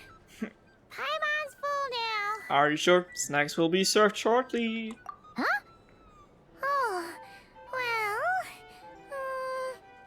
Hey there, Traveler and Paimon. Good morning. Morning, Yehoda. Here for some breakfast? Oh, I've already eaten. Just need some water. I was mostly worried you might forget what day it was today. So, I came over to remind you. Paimon. Careful there, Paimon. Too much food will make you drowsy. Don't let anyone catch you hiding at the back and nodding off during the league meeting. You should probably be saying that to Aino. She's the baby of the group, if anyone. True. You know, I'm surprised that all these competing groups are actually coming together to try to solve things together. Definitely a first for Nodkrai. Well, nothing like a region-wide calamity to bring people together. After that, surely even the most self-interested people have to realize that going it alone isn't worth the risk, right? Try telling Boss Neff that. She's not exactly convinced that people are gonna get with the program. Really? But if she's so pessimistic about it, why'd she agree to be the Curatorium's representative in the league? Probably 'cause even though Unity sounds like a pretty far-fetched idea, the benefits it would bring make it worth a shot. I think things will work out, though. I swear, Nodkrai feels like one big family now with everything that's happened. More than it used to, anyway. Paimon's with you on that one. And it seems like plenty of other people agree, too. Just listen to the bustling streets. All right. Everyone's been rebuilding these last 2 weeks, and the evacuees have been coming back in droves. Life's slowly returning back to normal. Which means my workload's probably gonna shoot back up. Were you about to head out? There's still some time before the ceremony begins, you know. Yeah, we were gonna take a stroll around the square and say hi to some friends first. Sounds good. See you later then. Guess it's a central plaza in Nasha Town. Alright. Time to leave the flagship. Dude. If I was already convinced I need to cosplay Columbina, but now she's like one of my favorite characters. I need to pull for her on the rerun, which has been confirmed that the next version update is going to be a rerun of her. And Sandroni is also going to have her banner, so how can I pull for both when I don't have Primogems? Why is she not voiced? Please accept today's spoon. Have a nice day. Are Paimon's eyes deceiving her? Or is that Inefa handing out food for the Frost Moon Scions? Hello there. Would you like a feast of the moon, along with some snacks of the day? So, what's new, Inefa? It was only a few days ago when we last saw you, but it looks like you've joined the Frost Moon Scions in that time. And I know too? What are you talking about, Paimon? We're just here to help. Duh. In the wake of the disaster, it's all hands on deck. We responded to Lama's request for support. At times like these, the smallest good deed can inspire others and help them through the hard days ahead.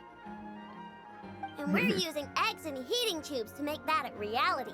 In true Honkai craft shop style. Great work, I know.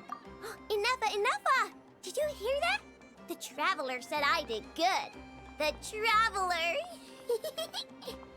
That's because it's true, I know. Proposal. If you can resist eating today's dessert, I will provide you with compliments, too. No way! Well, that proposal got shot down quickly. I need something to get me through the hard times too, you know. Mom! Yes, dear. Go right ahead. Excuse me. Could I take a photo with the robot lady?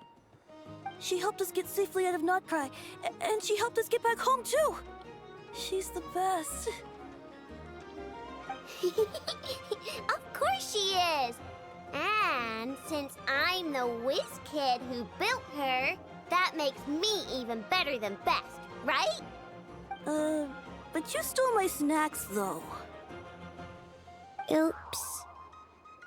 Shall we move to the open space near the center? The view there is better. I'll take this picture. Thank you! Aren't you the better pick for this job, Flint? You underestimate yourself yet again, Master Ilua. Not at all. I rarely come by Nasha Town. I don't know any of the big shots here. All in good time. Socializing is a step-by-step journey. But you're much further ahead on that road, aren't you? You're not seeing the full picture. You know the truth now. My friends do not understand my habits. There is no question about it. The Lightkeepers need a representative in the League. Someone who is upright, cares about other people, and can realize their self-worth through group action. You say it like you wouldn't make the cut. I am most flattered that you think I would. Sigh a little less, Master Ilua, and have more faith in yourself. All the Lightkeepers agree that you're a very promising young man. That is precisely why Starshina and Nikita felt safe delegating such important work to you. I'm sure we all also agree that we would sooner die of dehydration than manage to wrangle anything out of you in a discussion. My apologies. I am not in the habit of bringing water with me when I go out. Whatever. I'll take the job. By the way, who else is part of this? Oh, it's quite the who's who of Nodkrai. There's the Moon Chanter of the Frost Moon Scions, the boss of the Curatorium of Secrets, a representative of the Voynich Guild, and even someone from the adorable Kronkake craft shop. I'm sure you will find speaking with them to be a genuine pleasure. If you say so. I've never done this work before, so I'm honestly a little scared of making mistakes. Nah, but don't worry. I'll do it. Not only is it our duty as Lightkeepers, but because I want to make Nodkrai a more welcoming place. An admirable attitude to take. The beacons are lit, Ilua. We're but one step away from breaking through the blizzard. We have the chance to band together and build our shared homeland into an Elysium. This is unprecedented for Nodkrai. An opportunity not to be missed. Yeah. You're right. I'll do my best. Quite a few familiar faces have arrived. Let's go, shall we? Kid just jumping there. Looks so goofy. Alright, anything else? You look so cool when you fly, Miss Robot, and when you use your spear too. And even though you took my snacks, it's pretty cool that you can build stuff like this. You've got so many inventions. It's amazing. Also, Micah, we need to go now. 1 second. Please take this feast of the moon, as well as some snacks. Share them with your mother and your lovely family. No. Oh my god, literally everyone is here. Okay. Oh, but there's my people. Wow!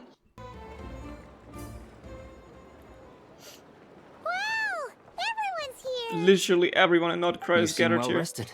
I know no one's asked, but I'm sure you all want to know, so let me just say, we're doing great. Thanks. No one's asked. Well, great, but not perfect. I'm starting to lose my mind from boredom. Can't drink a drop of alcohol while I'm waiting for my wounds to heal. Ah, that sucks. I'm sure you had a sneaky swig or two. Wait, probably. how'd you find out? I'm sure you must be missing Mondstadt after all these years away, Grandmaster. Yeah, you could say that again. Every time I get news from Mondstadt, it makes me want to go back and see the place for myself. Didn't we play a quest where he was Honestly, there? Once things are wrapped up here, I think it'll be time to head back home. Hey, looks like someone's taking the stage. Can everyone see okay? Anyone need a boost? I'll just listen from the back. It's fine. You're taking this pretty seriously, huh, Durin? Well, it's not every day that I get the chance to see how people speak in official settings. Soak it up like a sponge. I'll make sure you get a chance to practice for yourself later down the line. Actually, I know just the thing. You can debrief the Knights of Favonius for me. Mr. Varka, are you forgetting that I'm not a Knight of Favonius? I can knight you. Any particular title you'd like? Is he joking? I really can't tell. I fear he's not. You'll have to figure this one out for yourself. Why is he so tall? It'll be a good learning experience. Hype-mogging everyone, I swear to god. It is my honor to host the opening ceremony for the League, and to have this opportunity to speak to you all in my capacity as Voynich Guild representative. Could this person also have been pushed onto the big stage by the real big shots? Guess I'm not the only one then. We come here today, having weathered the trials and hardships of yesterday, and having learned from them the importance of unity and cooperation. All right, here we go. Uh-oh, looks like Aino's off in Dreamland already. Wait, Boss is looking kinda drowsy too. What's up with her? Come on, get the speech over with already. Nodkrai is our home, the land we rely on for survival. And as we chart a course for the future, may we persevere through the storms ahead as we sail towards a new era of prosperity, freedom, and hope.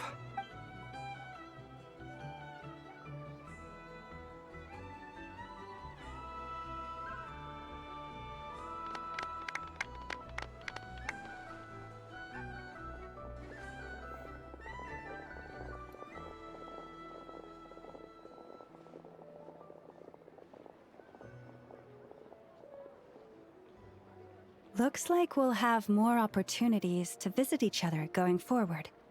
I'm sure you'll cope, Lady Moonchanter, given how fleet of foot you are. Unfortunately, I suspect I'll be too busy at the Curatorium to act as your host. We have a busy schedule, not to mention an international network of contacts to manage. It'll be all right. I'll just check your schedule with Yehoda well in advance. And if she's not available, I can simply ask Ashru. You... So giving my employees extra workload isn't enough for you? You're really going to drag my cat into this too? I thought you'd approve. Aren't you forever increasing your employees' workloads? Well... That's a bold statement. Are all the Frostmoon Scions feeling more audacious now that your moon goddess has returned? Columbina's return has brought joy to all who care about her. That includes both you and me. So are we gonna see her again, As for the Frostmoon Scions, We are learning how to thrive independently, without relying on the Moon Goddess. It is up to us to make our home a more livable place. Joining the League is one of the steps we are trying towards that end. I like the word try. It's nice and non-committal. You can opt out at any time and still say you tried. You don't see a bright future for the Frost Moon Scions? Or did you mean the League? I'm just not as optimistic as you. The Frost Moon Scions should count themselves lucky that they have a leader as stubborn and enterprising as you. But Nodkrai's a big place, with all kinds of people. Most of them don't enjoy answering to a leader, or even listening to reason. Well, that's where you and your methods come in. Unless the Curatorium of Secrets is only here for appearances. For now, yes. And that won't change until this venture becomes worth my while. What would make it worth your while? Getting out more than I put in. Right now, I'd barely break even, but I'll grant that it's a good start for Nodkrai. Then maybe it's worth a try. All right, you can stop now. Or do I have to join the Frost Moon Scions before you'll get off my back? You'd be very welcome to join us. Hey, you two! Congrats on all your hard work! What are you chatting about? Nefer was trying to dissuade me from adding to her employees' workload. Also, she's considering joining the Frost Moon Scions. Sorry, what? Your conversations are always the most interesting. Would you two care to join me for some tea before heading to your next destination? No.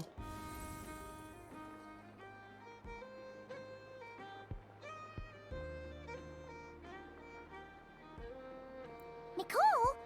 Wait, where are you? Aren't you gonna show up today? Sadly not. I'm otherwise occupied right now. I'm sorry, Paimon. I can hear how disappointed you are.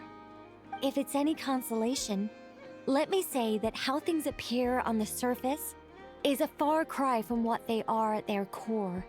Perhaps you'll feel better if you focus on the fact you have a special line of communication with the great mage herself. Okay? Has something happened? No, or not yet, anyway. Well, that's not ominous at all. Is there something we should be watching out for? Not for the time being. Just think of this as a general check-in to make sure this communication system is still running smoothly. Besides, it's good to chat once in a while if we want to maintain our friendship. You could have just said so. Paimon got all worked up for nothing. Still, the best friendships are built through face-to-face interaction, you know. It's never gonna stop being weird having tea with you when you're not there and just talking to thin air. All right, fair point. I'll bear that in mind for next time. Mind if I ask what keeping you occupied? Yeah. Any update on that crisis at the world's borders? Alice just informed me that they had their work cut out for them. And now everyone's thoroughly exhausted. But they did finally get things back under control. Still, we can't let our guard down yet. The disruption caused by this disaster has made Teyvat easier to detect from the outside universe.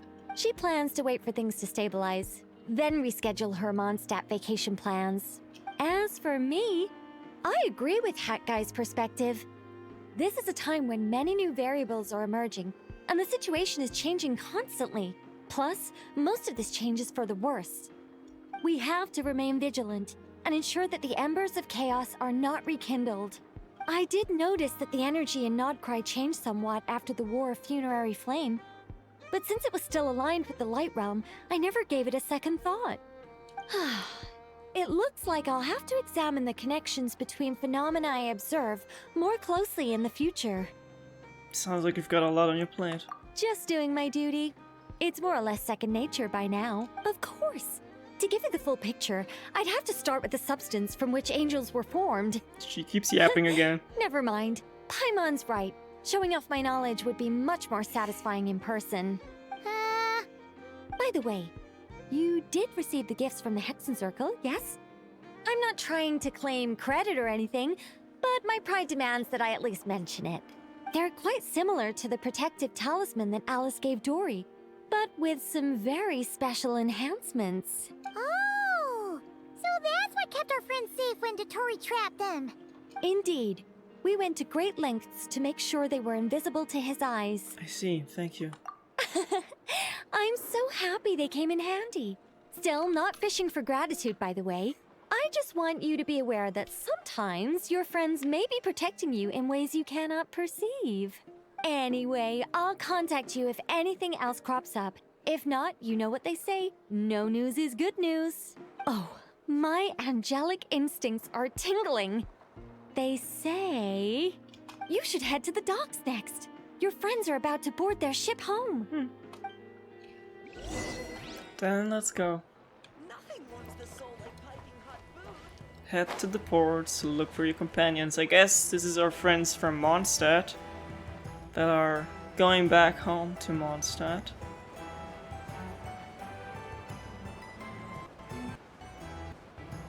Sound is just glitching.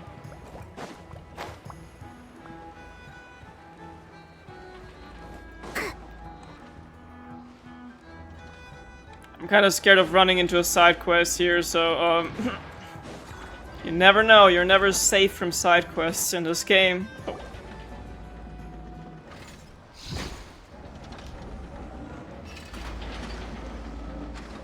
You're here.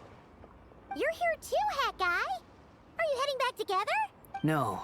I'm bound for Sumeru, and she for Fontaine. We just happened to cross paths at the harbor. How you holding up? Everything seems fine.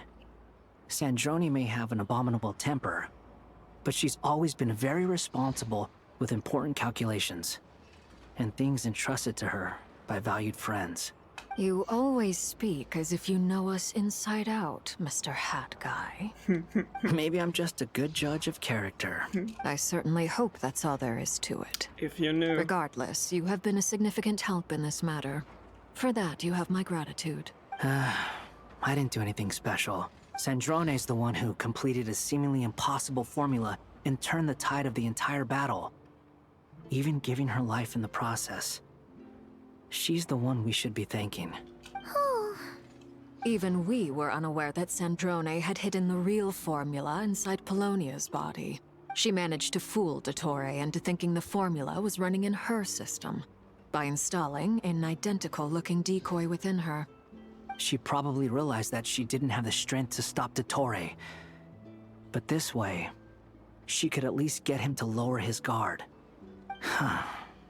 She always worked like that. Always had a backup plan. Psh, they're gonna find out.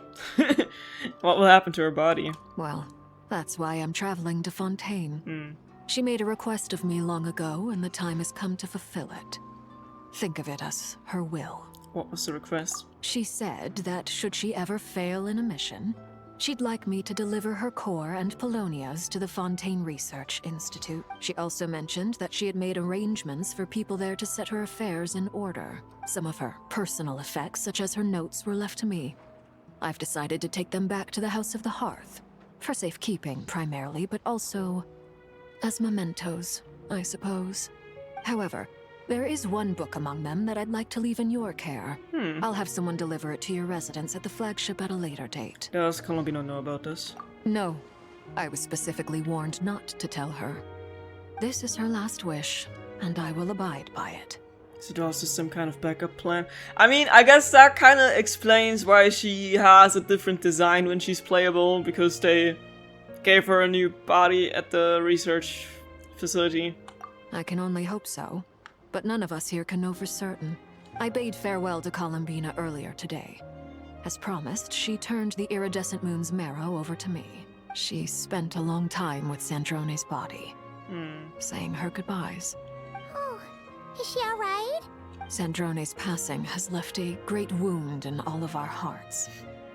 It will take time to heal, but Colombina surprised me. She offered me some words of comfort before I departed. Despite being grief-stricken herself, she showed an awareness of the feelings of others around her.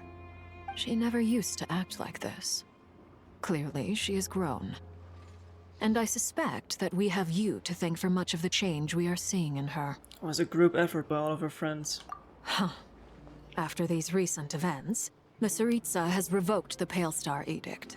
Snezhnaya now realizes that the arrest warrant for Columbina was just a ploy by Dottore, who coveted her powers. I shall return to Nodkrai to see her as soon as I find the time. I hope that from now on, she too will explore more of the world. Columbina Hyposelenia's journey is only beginning. My ship is here. Traveler, Paimon, we shall meet again. You too, Hat Guy. What are you still bumming around for? Isn't Columbina waiting for you? I thought today was the day you'd agreed with her to go find out the truth about your sibling. I'm a little nervous. You're afraid you won't like the truth when you see it. Well, this is new. I was starting to think that nothing could scare you. Don't say that! Wouldn't you be if you were in this situation? Fair point. But I'd say I have more experience facing up to unpleasant truths than the Traveler. They say blood's thicker than water. I know how much you need your family back. More than you need any of your friends. And I'm sure that all your real friends understand that too. No matter what the truth turns out to be, they will stick by you and support you, whatever decision you make. Finding the truth is important. But more important still is what you choose to do once you've found it. At least, that's the life lesson I've learned from my experience, grappling with the truth. Do you feel better now than you used to? What? Now that Dottore's dead and gone? A little, I guess. But it hasn't solved everything. Maybe I regret not getting to end his life with my own hands. Or maybe it's something else. But for whatever reason, I still feel like I have a chip on my shoulder. Either way, I'm going back to Sumeru. Lesser Lord Kusanali is gonna need help dealing with all the chaos Dottore left in his wake. Not just from this incident, but everything he did in the past, too. You should continue with your journey, as you've always done. Who knows? Maybe we'll meet again someplace else. I'm sorry. What you do now? I'm saving it for If you later. explore a bit more to steady those nerves, Paimon's game. After all, when Columbina said she knew where your ship was hidden, Paimon promised to give you two some alone time with the truth. It hasn't been all that long since we were last apart, sure, but with Columbina there, Paimon's sure things will be just dandy. No, thank you, Paimon. Ain't no biggie. Paimon might be all about that food and fun, but she knows how to do right by people. Paimon's sure you'd prefer to digest the news about your sister in peace. But, no matter what you see, just know you can share it with Paimon. Of course, as long as it's not super private. If you can't make sense of something, let's give it some thought together. And even if we both can't figure it out, Paimon can at least treat you to a nice meal. Who am I to refuse you, Paimon? Glad to hear it. Feel better now? Much better. Alrighty. Next up, time to meet with Columbina. I just realized that this is actually the end of the Nodkrai quest, man. I thought that Act 9 and 10 would still be in Nodkrai because it's still like... It still belongs to the Luna versions. But yeah, I mean, we are going to Sumeru to fight Dottore there, so... This is the end of Nodkrai. I'm gonna not end cry. Very bad pun, I know, but... I'm already missing everything. I thought we still had some time to spend here, but yeah, I guess this is the end of the story. Columbina, we're here! Can't quite believe we're meeting out here. We've gotten used to walking over to Silvermoon Hall whenever we go see you. Well, you're still welcome to go there whenever you want to see me. It's just, now that it's all over, I've decided to make some changes. Try and fit in with the Frost Moon Scions, like Lama suggested. How's that been going? The older generation are still timid around me. They don't dare get too close, and they bow their heads when I walk by. But things are much better with the children. I see more curiosity in their eyes. Hopefully, by the time the next moon prayer night comes around, I can enjoy the festival with them as myself, without having to pretend that I'm only dressed up as the moon goddess. You'll do fine, Columbina. Paimon's sure they'll realize you're super nice once they get to know you better. You really think so? When we first met, you thought I was a little up in the clouds. We were just starting out then, come on! So Alma told you, huh? It's nothing bad, though. I'm only teasing. I know that I have you to thank for pulling me back down to solid ground. It feels good to finally stand firm on the earth where I was born. Oh, that's great! Aw, you can have this back now. Thank you. I'll make sure not to lose it this time. Well then, are you ready? I don't know, are we? What happened to our spaceship back then? Why did you leave? It's time to learn the truth at last. Ready as I'll ever be. Good. Then let me open the way for you.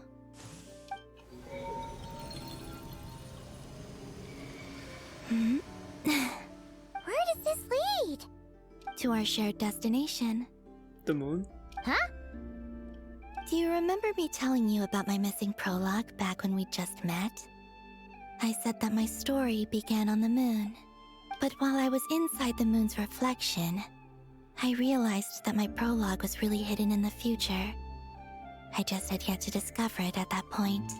The story of the time before I was born was in fact the story of my distant future.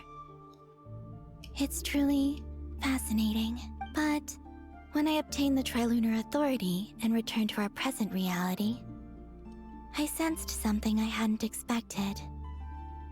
Your prologue. So you mean...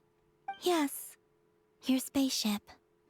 All this time, it has been hidden on the Frost Moon, which lay beyond the sky. But why? Who could have done this? The great ruler of the firmament. The heavenly principles. Wait, them? Why would they do that? I don't know. Perhaps your ship contains something that is incompatible with Teyvat. Or something that cannot be known. Interesting. Oh, did I pick a bad time to say this? I know it must have been hard to work up the courage to do this. Maybe I should have waited until you were on the moon, with no chance to back out. That would have been kind of mean, you know. Take me there. Oh? Whatever is hiding in that ship, it belongs to me and Lumine. Those memories belong to us. No one else has the right to decide whether I should or shouldn't know about it. Not even the heavenly principles. Very well. Then let's go. You two take care, alright? And don't forget to come back soon! Rest assured, Paimon. We will. Traveler, after you. Thinking about the story that we'll find hidden on the moon? Yes. And hoping that it has a happy ending. Stories like that don't exist, you know? You don't believe in happy endings? I don't believe in endings. This all feels crazy knowing that in a new lunar announcement stream today, they literally showed the moon and like a map of the moon. I haven't seen the stream itself, but this is the pathway I built between Teyvat and the Frost Moon. Go to the moon. The moon is very far away from us, so it could be a long journey. I didn't expect this to end like that, though.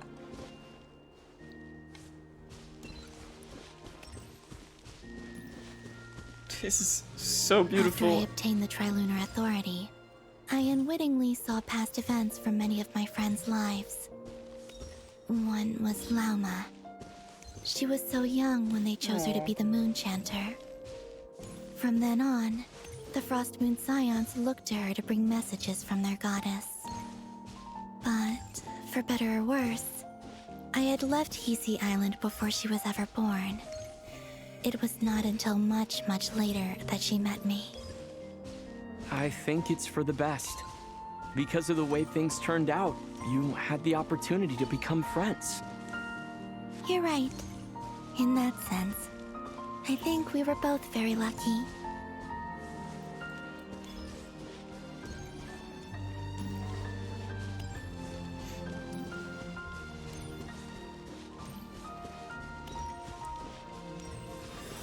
Oh, and about that mage, Nicole. I only recently learned that she has lived in Teyvat since the time of the Three Moon Sisters. The Moon Goddesses always had a good relationship with the angels. I suppose our friendship continues that tradition.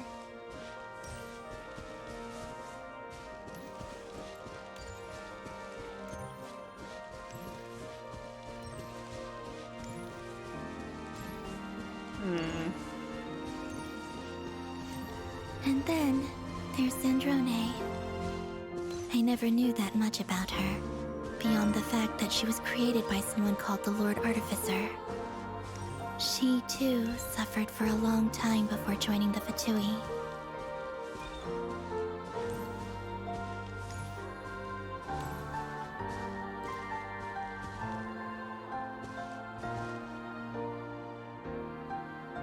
How I wish I could talk to her again. Even if only to hear her say nasty things to me.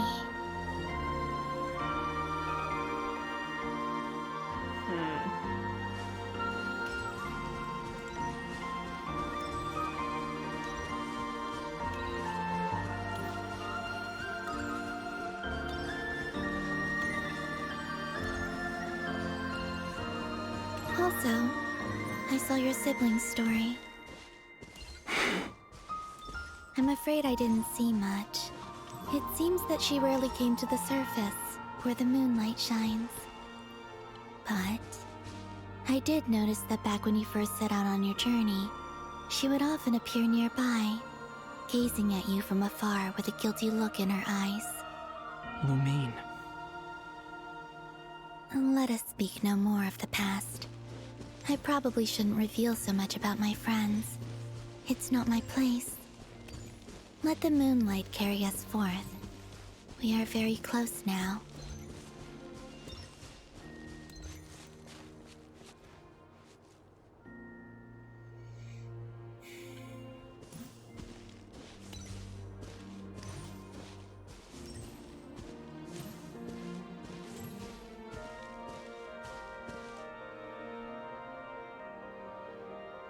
After this, I'd like to bring some Kuhenki to the moon as well. If they're willing, of course. What about your other friends? Will you bring them to visit too? Certainly. But I'll need to tidy the place up first. This home hasn't received any guests in a long, long time. This is crazy. What do you mean? Oh my god, it just feels so insane. Especially that scene with Lumine and Eva right now, it just reminded me. I remember writing something similar with you on Moon Prayer Night. I believe it was called... Dodoko's Whirligig. Yes, that was it. You asked me if I was afraid to return to the moon, and I said that I was. The idea that I had gained something precious, only to lose it so quickly. That frightened me. But I'm not afraid anymore. Besides, this time, we're traveling together. This is so beautiful, both visually and emotionally. Like, what do you mean this game came out 6 years ago? And now we're here and it looks like this, and all these characters we've met. We're going to the moon. I can't believe that we're soon getting answers to all these things we've been making theories about since ages. Literally ages.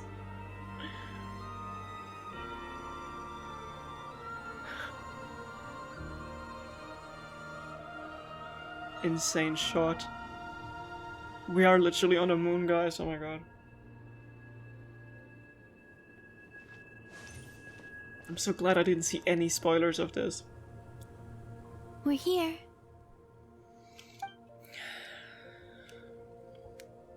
Over there. Our spaceship?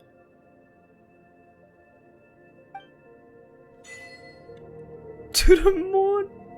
What? What? Guys, I might just cry. What do you mean we're... Can I recognize anything? I see Liyue, I see... Is that the desert or is that the chasm? I think that's Liyue right there. I see the Jade Chamber. That's crazy. I've seen pictures of that on Twitter. Or like, I didn't realize what it was from. It was like, this is what Teyvat looks like from outer space. I didn't know it was like canon. Shout out to Canon, gotta be the prettiest moon goddess ever.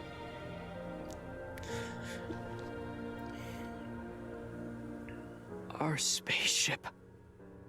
It's huge. I suppose that the moon is the only place one could hide it. It'll be alright. Huh? The way you feel in this moment, I went through it too, on Moon Prayer Night. The door was right in front of me, but I struggled to find the courage to step through. Solitude for me once meant living a life in which even I was absent. Before I met you, that was the only life I knew. No. But that night, solitude meant throwing away the life I had gained after meeting all of you. Columbina. Go. Retrieve the part of your life that was once lost. Trust me, you will lose nothing by doing so. Look, Teyvat is right there. All of our friends are down there, waiting for us. You're right. Thanks, Columbina. What do you mean we could just go to the moon like that? What do you... Huh? Anime. But crazy.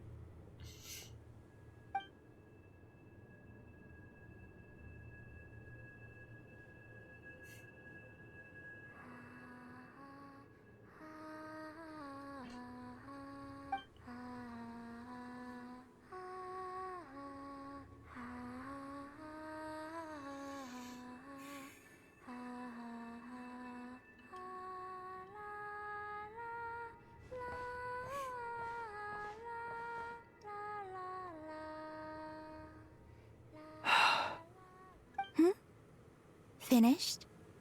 Yeah. Why did you take your eye mask off? Well, since my return, I've decided to take more opportunities to see the world with my own eyes. Besides, I've always wondered how Teyvat looks from the moon. And what do you think? It's beautiful. I could spend a whole day here just gazing at it. What's stopping you? What about you? What do you think of the truth you found? I wanna know what's in the ship. Tell me. I haven't looked at another person's expression in a long time, but I think yours is saying it was neither good nor bad. Keep this up, and it won't be long before you give Nephra a run for her money. Oh, I don't think that's going to happen. I'm much more used to sensing what's going on around me with Kuvaki. I think I'll save my eyes for seeing special moments I really want to remember. I read the spaceship's flight logs. I always assumed that this was my first time in Teyvat. I thought that Lumine and I must have been hibernating in space for centuries on end.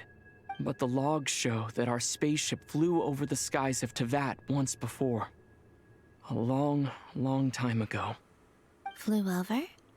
So you didn't land? No. The ship barely came to a stop before flying on again. Are you sure? After that, it continued traveling through space for a long time.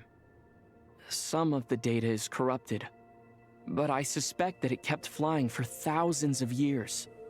It was only after that that the ship made a forced landing in Nodkrai. Interesting. When Lumine found me, she came from outside the ship. Could this mean that she left the ship long before I did? Maybe even during our first pass over Teyvat. So even longer ago than we thought. Are you alright? Yes, I can feel that the truth is coming together, one small piece at a time. I remember Lumine telling me that when she first arrived in Conria, she could not recall the past.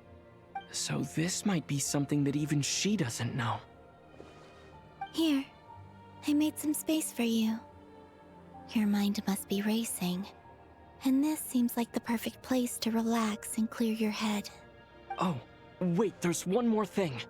What is it? Wait here a moment.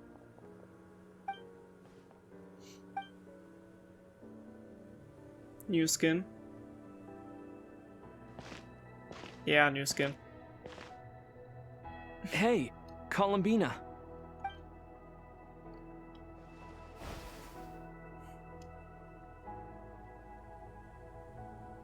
Ponytail!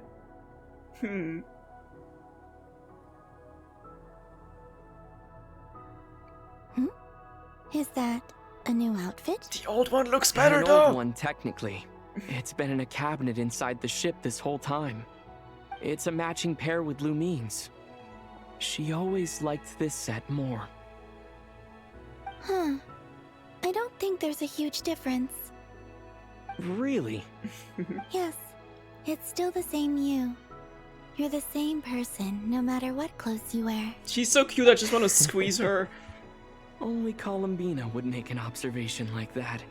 Traveler, do you consider Teyvat your home? Good question. Home is wherever Lumine is.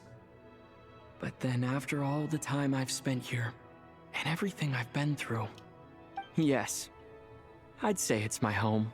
Would you change your answer if Teyvat changed appearance? I mean, if the truth about Teyvat turned out to be different than what you thought. What if it's all a simulation, like in Danganronpa? I don't know. But I don't think so. It's all a memory of thousands of years ago. The truth is not what matters most to me about Teyvat. When I was first born, I longed for a home. And when you get something before you're mature enough to understand the world, you just take it at face value. I thought that a home was a transaction. You give me what I want, and I'll do the same for you. But you and your friends taught me what a true home should look like. You never asked for anything, yet you gave so generously to me. That's because your friendship matters to us. It was worth it. In the past, I thought that my birth in Nodkrai must have been a mistake. But after journeying to the distant past where the story began, I realized that it was I who chose Nodkrai to be my future home. Now, I am glad that I made that choice. I'm sure your friends are just as glad. In fact, I intend to make the same choice today as I did back then. What do you mean? Well, I've given the Eternal Moon's Marrow to Lauma, and the Iridescent Moon's Marrow to Arlecchino. And now, I shall return my Kuvagi to Nodkrai again, that it may continue to protect my chosen home. Wait, but what about your body? Oh, are you worried that I'll disappear again? Rightfully. I won't. Not this time. The Frost Moon has now entered the fall sky, and I am the Tri-Lune Goddess. I am only returning to Nodkrai the part of me that it needs. I am giving what I can, because my home is worth it. Oh, and I have something for you, too. For me? Yes. Come closer.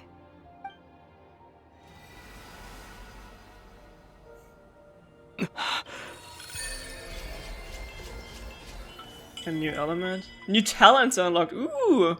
For in Starfire, Traveler, all elemental types, attack is increased by 20%. Additionally, when nearby party members trigger Night Soul Burst, Traveler will receive 1 blade of the Sacred Flame stack. After obtaining 2 blades of the Sacred Flame stack, performing a charged attack will consume all blades of the Sacred Flame stacks and transform it into the special charged attack Inferno, dealing increased Night Soul aligned pyro damage. What was that? I lifted some of the restrictions this world placed on you. I trust this will help in your future adventures. That's so crazy! My power. It feels like it's grown.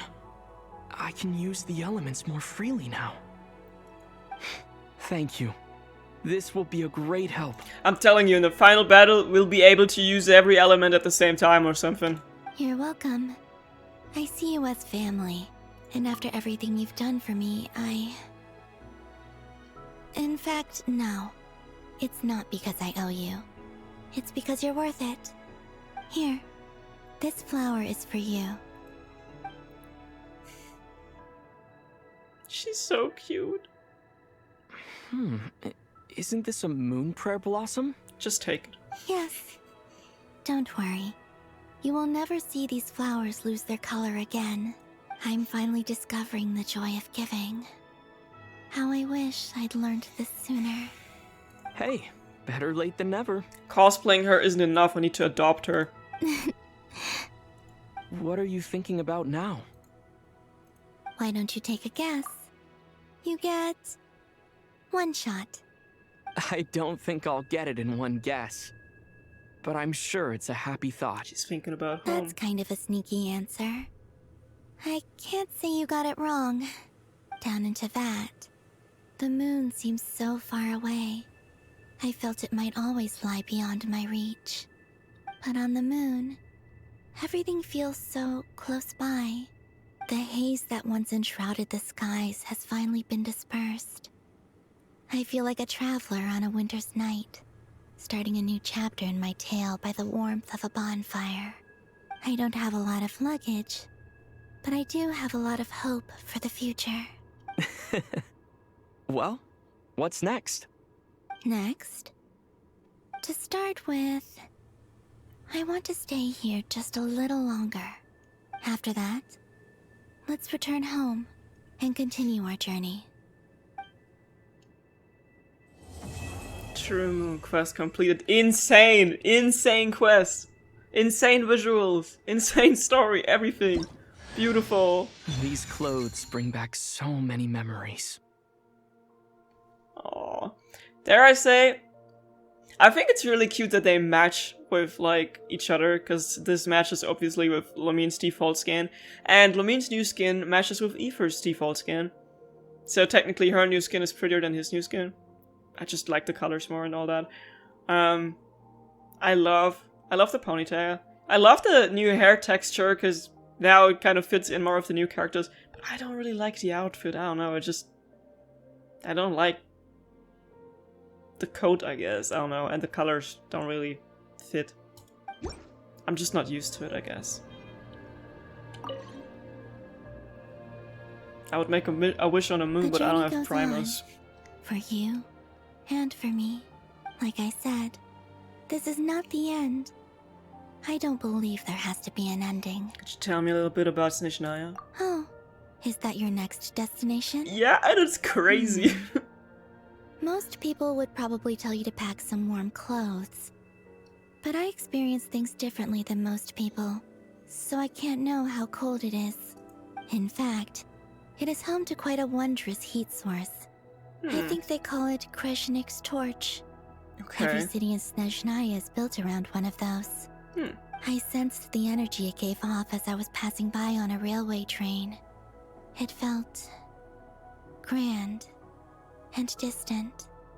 I also recommend the Korolievsky troupe in Snezhnograd. They give performances quite regularly, and entry was free for harbingers. I liked them a lot. What do you know about the Tsaritsa? Ice cold and sharp. Crystal clear in some ways, yet profoundly unfathomable in others. Like the thick layer of ice on top of a frozen lake.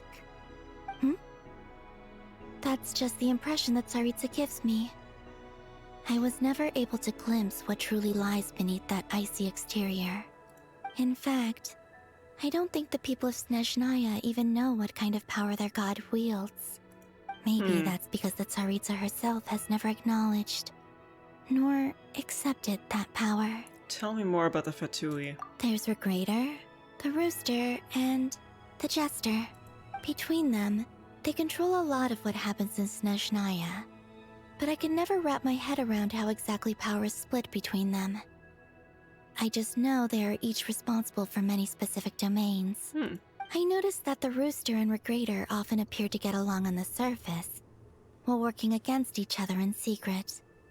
And theirs is not a friendly rivalry. But I wasn't particularly interested, so I tended to keep my distance. Now that I think about it, the term Mistelton often seemed to come up in connection with Project Stuja. What are your future plans? Once things settle down in Nodkrai, I'd like to explore the world beyond Snezhnaya. You've told me so many stories about the other places you've been to, and all the friends you've made there. I'm curious to visit those nations and see them for myself. It would also help me learn more about the journey that has made you into the person you are today. Aww. That's all the questions I have for now. Okay.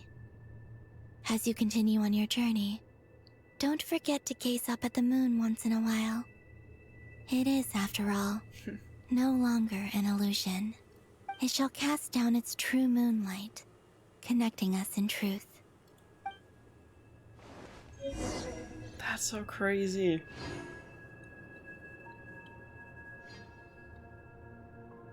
Return to Teyvat. We are literally on the moon. Can I get a better...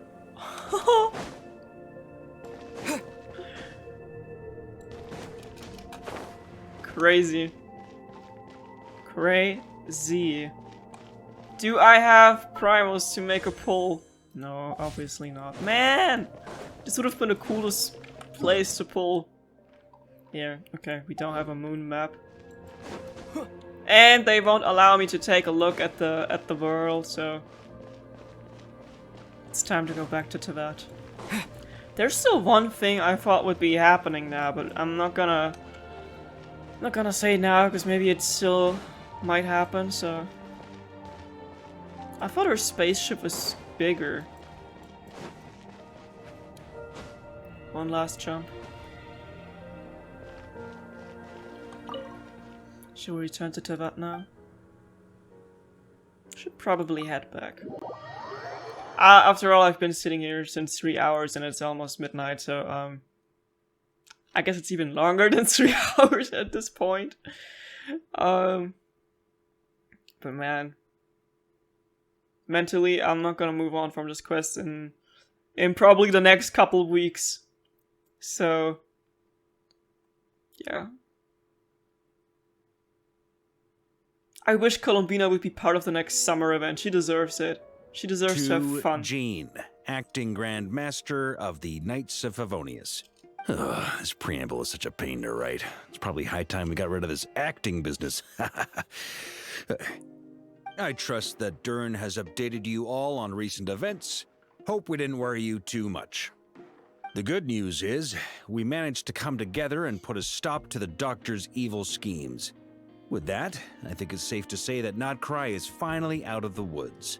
As for the Fatui, not counting the Damselette, aka the Moon Goddess, who has left their organization, we found ourselves allied in this instance with both the Knave and Marionette. May she rest in peace. As ever, we find ourselves better off for making friends rather than enemies. But until we can ascertain the Tsaritsa's true intentions, the future remains uncertain. In a short while... Wait, how am I meant to surprise everyone if I tell them in the letter that I'm heading home? Well, that would be a huge waste. Just don't tell them. Okay, got it. I will begin sending the expeditionary team back home in waves. I'm sure they'll be able to answer any questions you still have.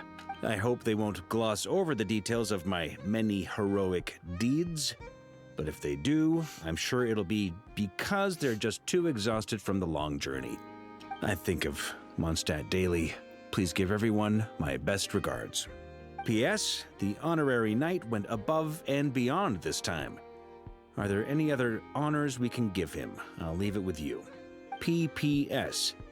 Please be extra nice to Klee for the foreseeable future. I cashed in on the last favor that the Hexen Circle owed us, so we need to earn some more goodwill. If there's any serious problems, feel free to stick me in solitary confinement when I get back. I'll do the time for her. Whew. And that, as they say, is all she wrote. End of an era. And with the moon shining down brighter than ever, I think everyone is going to sleep well tonight.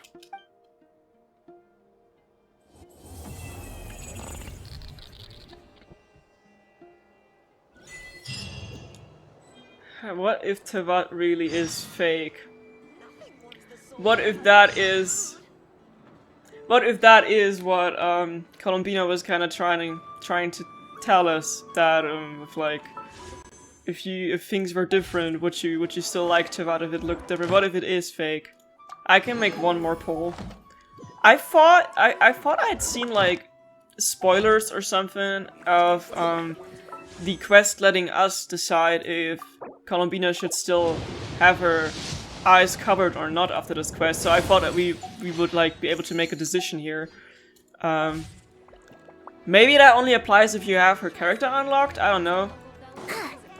And what I also wanted to say, I think of all the recent nations and Archonquests we had, like Natlan and Sumeru,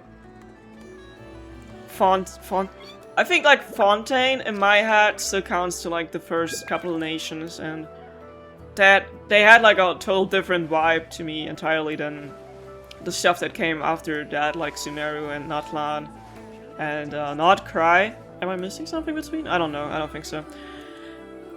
But I liked Nodkrai the most out of these last couple 3 nations. And I think what I liked about it is that we don't... I don't know, it's just... I like the fact that we had so many characters, like partly new ones, but also characters that have accompanied us on our journey for so long, like Albedo, Scaramouche, and Alekino, for example.